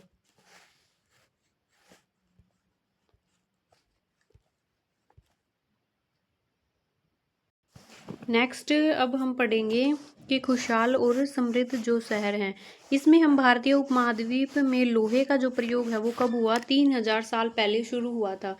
यानी कि जो लोहा है उसका जो प्रयोग होना कब स्टार्ट हुआ था, 3000 साल पहले शुरू हुआ। महापाषाण कब्रों में लोहे के औजार और हथियारों की जो संख्या है वो बड़ी मात्रा में मिली है, यानी कि बड़ी संख्या में महापाषाण में जो कब्रें हैं वो लोहे के जो हथियार हैं, औजार हैं, वहाँ की जो संख्या में मिली है। नेक्स्ट, करीब 2500 साल पहले जो है लोहे के औजारों के बढ़ते प्रयोग का प्रमाण मिला है। 2500 साल पहले तो लोहे का जो प्रयोग है वो जो उपयोग है वो होने लगा था, इसके प्रमाण मिले हैं। इनमें जंगलों को साफ करने के लिए कुल्हाड़ी, जुताई करने के लिए हलों के फोल हैं वो शामिल हैं। उस समय सिंचाई के लिए नहरें, कुएं और तालाब तथा कृत्रिम जलाशय बनाए गए। उस टाइम पर क्या बनाए गए थे, नहर बनाए गए थे, सिंचाई के लिए कुएं होते थे, सिंचाई के लिए तालाब, और कृत्रिम जलाशय हैं वो बनाए गए थे, किसके लिए, सिंचाई व्यवस्था के लिए। नेक्स्ट पढ़ेंगे हम, भारतीय उपमहाद्वीप के दक्षिणी तथा उत्तरी हिस्सों के अधिकांश गांव में कम से कम 3 तरह के लोग रहते थे। कौन कौन सा हिस्सा, साउथ और जो है नॉर्थ के अधिकांश जो गांव होते थे वहां कम से कम 3 टाइप के लोग होते थे। तमिल क्षेत्र में बड़े भूस्वामियों को वेलल्ला कहा जाता था, साधारण हलवाओं को उणवार कहा जाता था, और भूमिहीन मजदूर दासों को कैडसियार और अधिमई कहा जाता था। तो 3 कौन कौन से प्रकार के जो है वो लोग रहते थे। तमिल क्षेत्र में जो है वो बड़े जो भूस्वामी होते थे उनको वेलल्ला कहा जाता था, साधारण जो हलवाए थे उनको उणवार कहा जाता था, और मजदूर जो भूमिहीन जो मजदूर थे उनको कैडसियर और एदमई जो है उनको कहा जाता था, अधिमई उनको कहा जाता था। तो ये तो आपको याद रखना, उत्तर साइड में ऊ से आपको याद रखना उणवार, वेलला, कैडेसियार, अलमाई, ये उत्तर साइड में कहा जाता था। नेक्स्ट है, देश के जो उत्तरी हिस्से में ये उणवार है वो कौन सा हिस्से में कहा जाता था, तमिल क्षेत्र में। कौन से हिस्से में, तमिल क्षेत्र में इसको कहा जाता था। देश का जो उत्तरी हिस्से में गांव का जो प्रधान व्यक्ति होता था उसको ग्राम भोजक कहा जाता था। अक्सर एक ही परिवार के लोग इस पद के लिए कई पीढ़ियों तक बने रहते थे, यानी कि पीढ़ी दर पीढ़ी ये पद है वो एक ही व्यक्ति के लिए पीढ़ी, उसके जो पद के व्यक्ति हैं वो बदलते रहते थे पीढ़ी दर पीढ़ी, बाप बेटा, फिर उसका बेटा, फिर उसका बेटा, फिर उसका बेटा, यानी कि आनुवांशिक जो पीढ़ी का ये पद है वो बना हुआ था। यानी कि यह एक क्या था, आनुवांशिक पद था। ग्राम भोजक के पद पर आमतौर गांव का सबसे बड़ा जो भूस्वामी होता था वह होता था, यानी कि ये एज ए राजा की तरह जो है उसको ट्रीट करते थे। साधारण उनकी जमीन के लिए इनके दास हैं, वो मजदूर हैं, वो काम करते थे और इनके अतिरिक्त प्रभावशाली होने के कारण प्राय राजा भी कर वसूलने का काम है वो क्या कर देते थे, इनको सौंप देते थे कि भाई अपने आप ये प्रभावशाली व्यक्ति है और यहाँ का कर है ये अपने आप वसूल के राजा को दे देगा। ये न्यायाधीश का और कभी कभी पुलिस का काम भी खुद ही कर लेते, क्योंकि जो प्रभावशाली व्यक्ति होती हैं वो लोग, आम जनता उन लोगों की बात को क्या करती है, मानती है। क्या करती है, आम जनता है वो उन लोगों की बात को मानती है, क्योंकि वो उनका एक प्रभाव जो है वो उनके ऊपर स्थापित हो जाता है। तो राजा भी उनको जो है वो कर का काम सौंप देता था और वो अपने न्याय वो खुद ही कर लेते, पुलिस का काम भी वो अपने आप ही निपटा डालते थे। उत्तर साइड में जो है वो, उत्तर साइड में ये ग्राम भोजक है उसको कहा जाता था ग्राम प्रधान के पद को, ये ग्राम भोजक है, ये क्वेश्चन में पूछा जा चुका है फ्रेंड्स। ग्राम भोजकों के अलावा जो अन्य जो स्वतंत्र कृषक भी होते थे जिन्हें क्या कहा जाता था, गृहपति कहा जाता था। यानी कि उत्तर साइड में जो स्वतंत्र कृषक होते थे, जो किसी के अधीन नहीं होते थे, जो कृषि का काम करते थे, उन्हें गृहपति कहा जाता था, यानी कि खुद के काम है वो खुद करते थे। ज्यादातर छोटे किसान ही होते थे। इसके अतिरिक्त कुछ ऐसे स्त्री पुरुष होते थे जिनके पास अपनी जमीन नहीं होती थी, उन्हें दास या कर्मकार कहा जाता था, दास या कर्मकार कहा जाता था, जिन्हें दूसरों की जमीन पर काम करके अपनी आजीविका चलानी पड़ती थी। अधिकांश गांव में लुहार, कुम्हार, बढ़ई, बुनकर जैसे शिल्पकार भी होते थे। नेक्स्ट क्वेश्चन है अपना, तमिल जो है वो कि प्राचीनतम रचनाओं को, यानी कि जो तमिल की जो प्राचीनतम रचनाएं हैं उनको क्या कहा जाता था, उनको संगम साहित्य कहते हैं। इनकी जो रचनाएं हैं वो 2300 साल पहले की हैं। संगम साहित्य है वो कितने करीब कितने साल पहले है, 2300 साल पहले की जो इनकी रचनाएं, इन्हें संगम इसलिए कहा जाता है क्योंकि मदुरै के जो कवियों के सम्मेलन में इनका संकलन है वो किया जाता था। गांव में रहने वाले जिन तमिल नामों का उल्लेख है यहाँ किया गया है वे संगम साहित्य में पाए जाते हैं। तो अब आपको याद रखना है, तमिल की रचनाएं हैं वो संगम साहित्य कहते हैं। संगम साहित्य की रचनाएं 2300 साल पहले की हैं। इन्हें संगम इसलिए कहा जाता है क्योंकि ये जो मदुरै के जो कवि हैं उनके सम्मेलन में इनका संकलन किया गया है। तो गांव में रहने वाले जो लोग हैं तमिल के नामों में इनका उल्लेख करता है, ये संगम साहित्य में पाए जाते हैं। जातक क्या होती हैं, जातक वे कहानियां होती हैं जो आम लोगों में प्रचलित होती हैं, जो बौद्ध भिक्षुओं ने इनका जो है वो संकलन किया था। जातक कथाओं में बताया है एक निर्धन किस तरह से धीरे धीरे धनी बन जाता है, जैसे कि उसकी चतुराई की कहानी यहाँ पर है और ये भी क्वेश्चन है वो एग्जाम में पूछ लिए जाते हैं, इसलिए आप इस कहानी को भी पढ़ेंगे। कहानी है, एक नगर में एक गरीब व्यक्ति था, उसके पास मरे हुए चूहे के अलावा कुछ भी नहीं था। उसने उस चूहे को सिक्के में एक भोजनालय वाले की बिल्ली के लिए जो है वो बेच दिया, यानी कि जो भोजनालय में एक बिल्ली के लिए उसने उस चूहे को भोजन के रूप में बेच दिया। फिर ये जो है एक दिन उसे बड़ी जोर की आंधी आई। राजा का बगीचा टूटी हुई टहनी और पत्तों से भरा था। उनका माली उन्हें साफ करने में बहुत परेशान था। युवक ने माली से कहा अगर लकड़ियों और पत्ते उसे मिल जाए तो वह बगीचे की सफाई कर सकता है। माली जो है वो तुरंत मान गया कि भाई फ्री में सफाई हो जाएगी, ले जाएगा लकड़ी और पत्ते, मुझे क्या करना है इसका। युवकों ने पास खेल रहे बच्चों को यह कहकर जो है वो इकट्ठा कर लिया, क्या कह के इकट्ठा कर लिया कि प्रत्येक टहनी और पत्ते के बदले उसे एक मिठाई मिलेगी, यानी कि क्या मिलेगी, एक मिठाई मिलेगी। देखते ही देखते उसने बगीचे से एक तिनका चुनकर गेट के पास इकट्ठा कर दिया और तभी उधर से राजा कुम्हार बर्तनों को पकाने के लिए ईंधन की तलाश में गुजरा। यानी कि राजा का जो कुमार है वो क्या कर रहा था, बर्तन पकाने के लिए ईंधन की तलाश में इधर उधर घूम रहा था। उसने पूरे ढेर को खरीद लिया। इस तरह युवक के पास बहुत से जो है वो कुछ पैसे हो गए, यानी कि क्या हो गए, कुछ से उसके पास पैसे आ गए। फिर उसके बाद युवक ने एक और योजना बनाई कि एक बड़े बर्तन में पानी भरकर नगर के द्वार पर बैठ गया। उसे घास काटने वाले जो 500 लोगों को पानी पिलाया और खुश होकर उन लोगों ने कहा तुम्हारे लिए हम क्या कर सकते हैं। उसने बोला टाइम आने पर मैं बताऊंगा कि तो आपको क्या करना है, आपको मेरी हेल्प किस तरीके से करनी है। उसने कहा मैं आपको यह बताता आपकी सहायता की जरूरत होगी तब मैं आपको बताऊंगा। उसके बाद उसने एक व्यापारी से दोस्ती कर ली। एक दिन व्यापारी ने उससे कहा कि कल घोड़े के व्यापारी आ रहे हैं 500 घोड़ों के साथ शहर में। तो यह सुनकर उस युवक ने घास काटने वाले व्यक्तियों के पास जाकर कहा कृपया तुम मुझे एक घास का गट्ठर दे देना, मुझे दो, और अपनी घास तब तक मत बेचना कि जब तक मेरी घास ना बिक जाए। उन्होंने उसे 500 गट्ठर जो है वो दे दिए। अब घोड़े के व्यापारी को कहीं भी घास नहीं मिली तो उसे व्यक्ति को जो है, इस व्यक्ति की जो घास है उसे 1000 सिक्के में उसने खरीद ली। तो यानी कि उन्हें चालाकी से क्या किया, काम कर लिया और घोड़े के व्यापारी ने घास खरीद ली और उसके बदले में उसे 1000 जो है वो सिक्के मिले। तो इस तरीके से उसने अपने चतुराई से काम किया। अनेक शहरों में वैल्यकूप मिले। अनेक शहरों में क्या मिले? वैल्यकूप। वैल्यकूप क्या होते हैं? घुसल खाने होते हैं, नाली या कूड़ेदान के लिए प्रयुक्त होते हैं। ये वैल्यकूप लोगों के घरों में होते हैं। ये चीज आपको याद रखनी है, वैल्यकूप क्या होती हैं। नेक्स्ट है महलों, बाजारों और आम घरों के जो अवशेष हैं वो बहुत कम मिले हैं। महल, बाजार या आम घरों के अवशेष हैं वो कम ही मिले हैं। संभवतः लकड़ी, मिट्टी व कच्ची ईंटों के छप्पर बने होने के ज्यादातर समय तक न टिक पाए हो। भविष्य में पुरातात्विकविद इसकी जो है वो खोज कर सके। नेक्स्ट है बैरीगाचा। भरूच का यूनानी था, इसकी ये कहानी है। तो बैरीगाचा की जो संकरी खाड़ी में समुद्र से आने वालों के लिए नाव चला पाना बहुत मुश्किल होता था। राजा के द्वारा नियुक्त कुशल और अनुभवी स्थानीय मछुआरों के लिए ये जहाज है वो लाए जाते थे। बैरीगाचा में शराब, तांबा, टीन, सीसा, मूंग, पुखराज और कपड़े, सोने चांदी के सिक्कों का आयात होता था। तो ये चीज आपको याद रखनी है कि बैरीगाचा में क्या होता था। तांबा आयात, सिक्का, मरूच, कपड़े, सोने चांदी के सिक्कों का आयात होता था। हिमालय में जड़ी बूटियों का, हाथियों के दांत का, गोमेद का, कॉर्लियन का, सूती कपड़ा और रेशम तथा इत्र यहाँ से निर्यात किए जाते थे। तो हिमालय से तो जड़ी बूटी, हाथी के दांत, गोमेद, सूती कपड़ा, रेशम कपड़ा, इत्र आदि निर्यात किए जाते थे।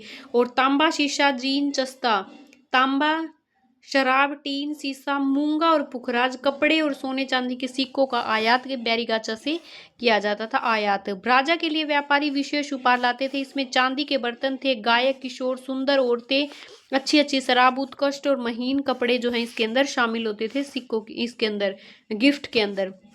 अभी क्वेश्चन आ गया ना, आहत सिक्के क्या होते हैं? आहत सिक्के सामान्यतः आयताकार होते हैं, कभी कभी वर्गाकार होते हैं या गोल भी हो सकते हैं। ये धातु की चादर को काटकर या धातु के चपटे जो गोलिकाएं हैं उनसे बनाए जाते हैं। इन सिक्कों पर कुछ लिखा हुआ नहीं होता बल्कि इन पर चिन्ह है, यानी कि ऐसे क्या होते हैं, ठप्पे लगे हुए होते हैं, इसलिए ये आहत सिक्के कहलाते हैं। ये सिक्के उपमहाद्वीप के लगभग अधिकांश हिस्सों में पाए जाते हैं और ईसा के आरंभिक सदियों में इनका प्रचलन था।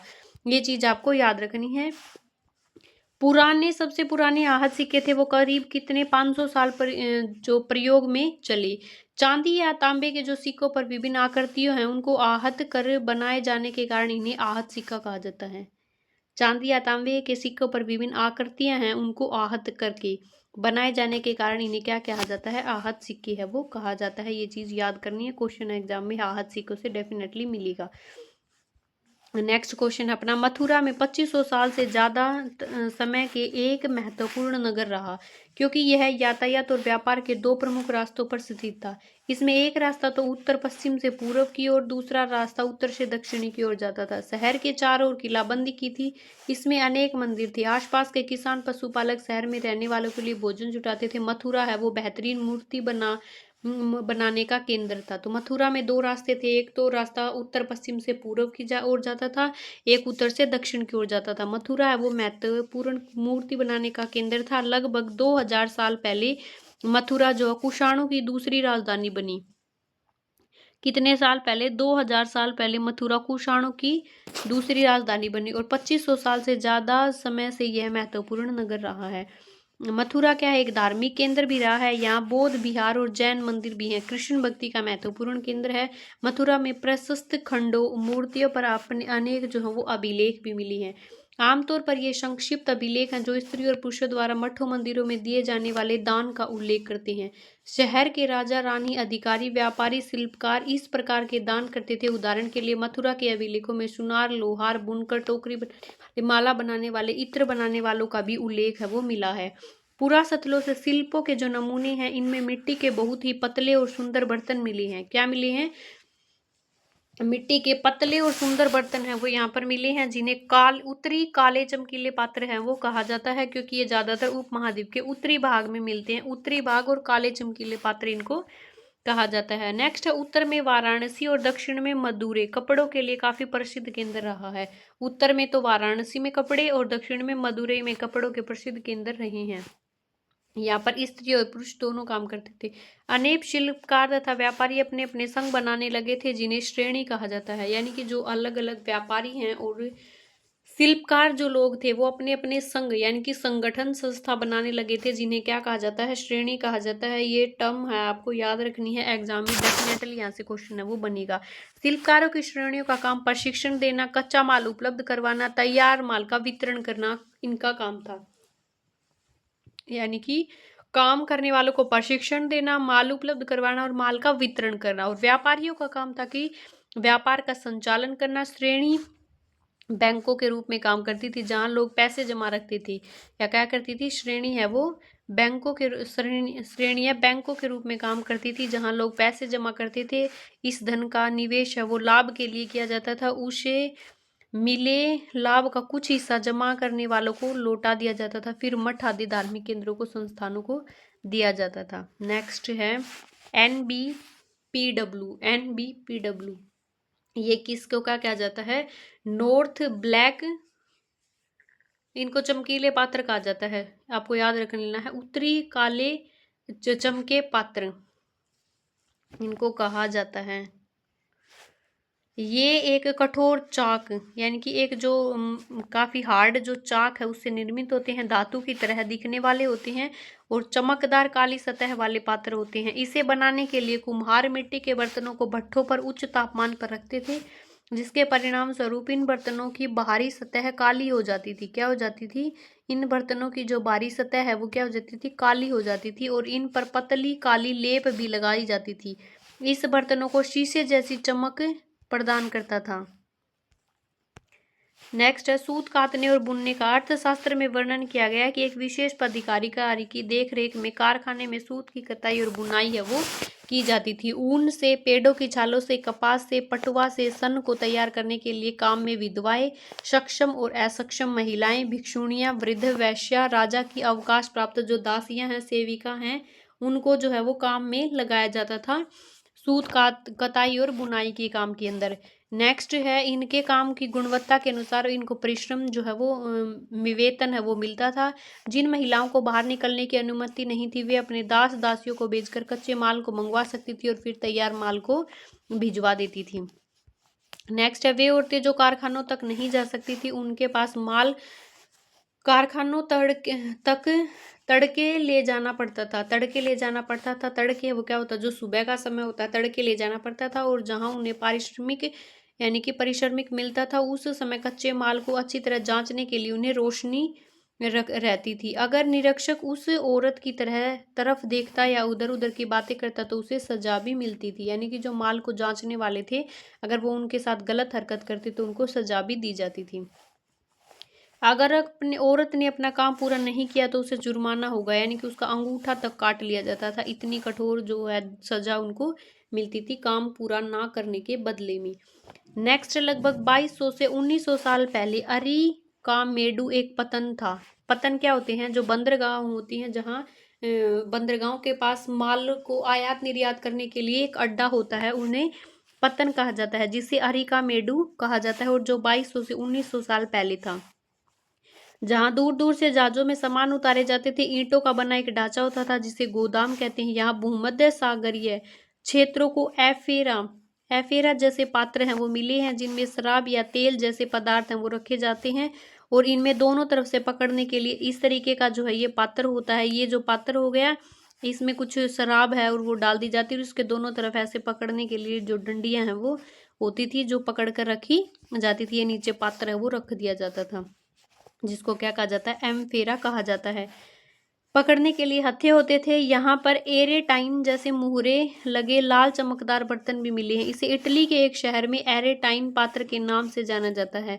यह मुहरे लगी सांचे पर गीली चिकनी मिट्टी को दबाकर बनाई जाती है, यानी कि गीली चिकनी मिट्टी है उससे ये बनाए जाते हैं। इनके ऊपर लाल जो है वो चमकदार बर्तन होते हैं और इन्हें एरेटाइन कहा जाता है। कुछ ऐसे बर्तन भी मिले जिनका डिजाइन तो रोम का था, किंतु वे यहीं बनाए जाते थे। जो रोमन लैंप्स हैं, शीशे के बर्तन हैं तथा रत्न भी यहाँ पर मिले हैं। नेक्स्ट है साथ ही छोटे छोटे कुंड भी मिले हैं, जो संभवतः कपड़े की रंगाई के पात्र रहे होंगे, और यहाँ पर शीशे का अर्ध मूल्य पत्थरों से मनके बनाने के पर्याप्त साक्ष्य भी मिले हैं। क्या मिला है, यहाँ पर छोटे छोटे कुंड मिले हैं जो संभवतः कपड़े की रंगाई के लिए मिले हैं, और यहाँ पर शीशे का जो अर्ध बहुमूल्य पत्थर है उनके मन के से पर्याप्त जो है वो साक्ष्य भी मिले हैं। कई बर्तनों पर ब्राह्मी लिपि में अभिलेख मिले हैं। क्या मिले हैं? कई जो बर्तन है उन पे ब्राह्मी जो लिपि है उनके अंदर अभिलेख मिले हैं। प्राकृत में तमिल भाषा के लिए इस लिपि का प्रयोग किया जाता है, इसलिए इसे तमिल ब्राह्मी अभिलेख भी कहा जाता है। यूरोप रोम में सबसे पुराने शहर में इसका विकास लगभग तभी हुआ जब गंगा के मैदान के शहर बस रहे थे, यानी कि गंगा के मैदान के जो शहर हैं वो बस रहे थे, तब इस टाइम पर इस लिपि का जो है वहाँ पर क्या हुआ, यूज होने लगा। रोम के जो है वो एक बहुत बड़े साम्राज्य की राजधानी थी। रोम है वो एक बहुत बड़े साम्राज्य की राजधानी। यह यूरोप उत्तरी अफ्रीका की राजधानी था। यूरोप है वो किसका था? उत्तरी अफ्रीका की जो राजधानी था। और यह यूरोप है वो उत्तरी अफ्रीका तथा पश्चिमी एशिया तक फैला साम्राज्य था। पश्चिम एशिया तक फैला हुआ साम्राज्य था। रोम के सबसे महत्वपूर्ण शासकों में से एक ऑगस्टस ने करीब 2000 साल पहले शासन किया। उसने कहा था कि रोम जो है वो ईंटों का शहर है जिसे मैंने संगमरमर का बनवाया था। ऑगस्ट एक शासक था जिसने 2000 साल पहले क्या किया था? शासन किया था। और रोम को ईंटों का शहर किसने ऑगस्टे ने संगमरमर का बनवाया था। ऑगस्टे और उसके बाद के कई शासकों ने कई मंदिर तथा महल भी बनवाए थे।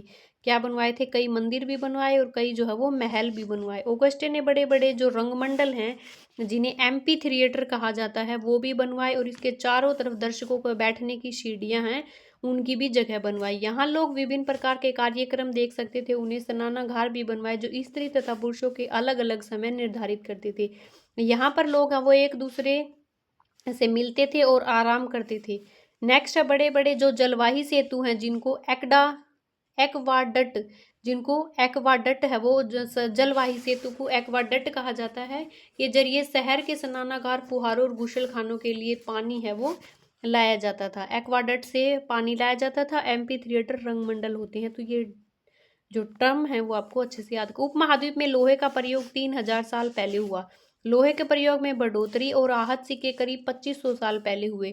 संगम साहित्य की रचना है वो 2300 साल पहले हुई। अराई का मेडू का पतन है वो 2200 से 1900 साल पहले हुआ। आपको ये याद रखना है क्योंकि ये एग्जाम में डायरेक्ट क्वेश्चन है वो यहाँ से बनते हैं। ये है क्वेश्चन आंसर, इनको हम नेक्स्ट वीडियो में कवर करेंगे। अभी सिर्फ हम कॉन्सेप्ट करते हैं क्योंकि क्वेश्चन है वो बहुत ज़्यादा हो जाएंगे। और अभी हम 10, 11, 12 हमारी जो हैं 2-3 लेसन और हैं उनको भी हम कवर कर लेते हैं।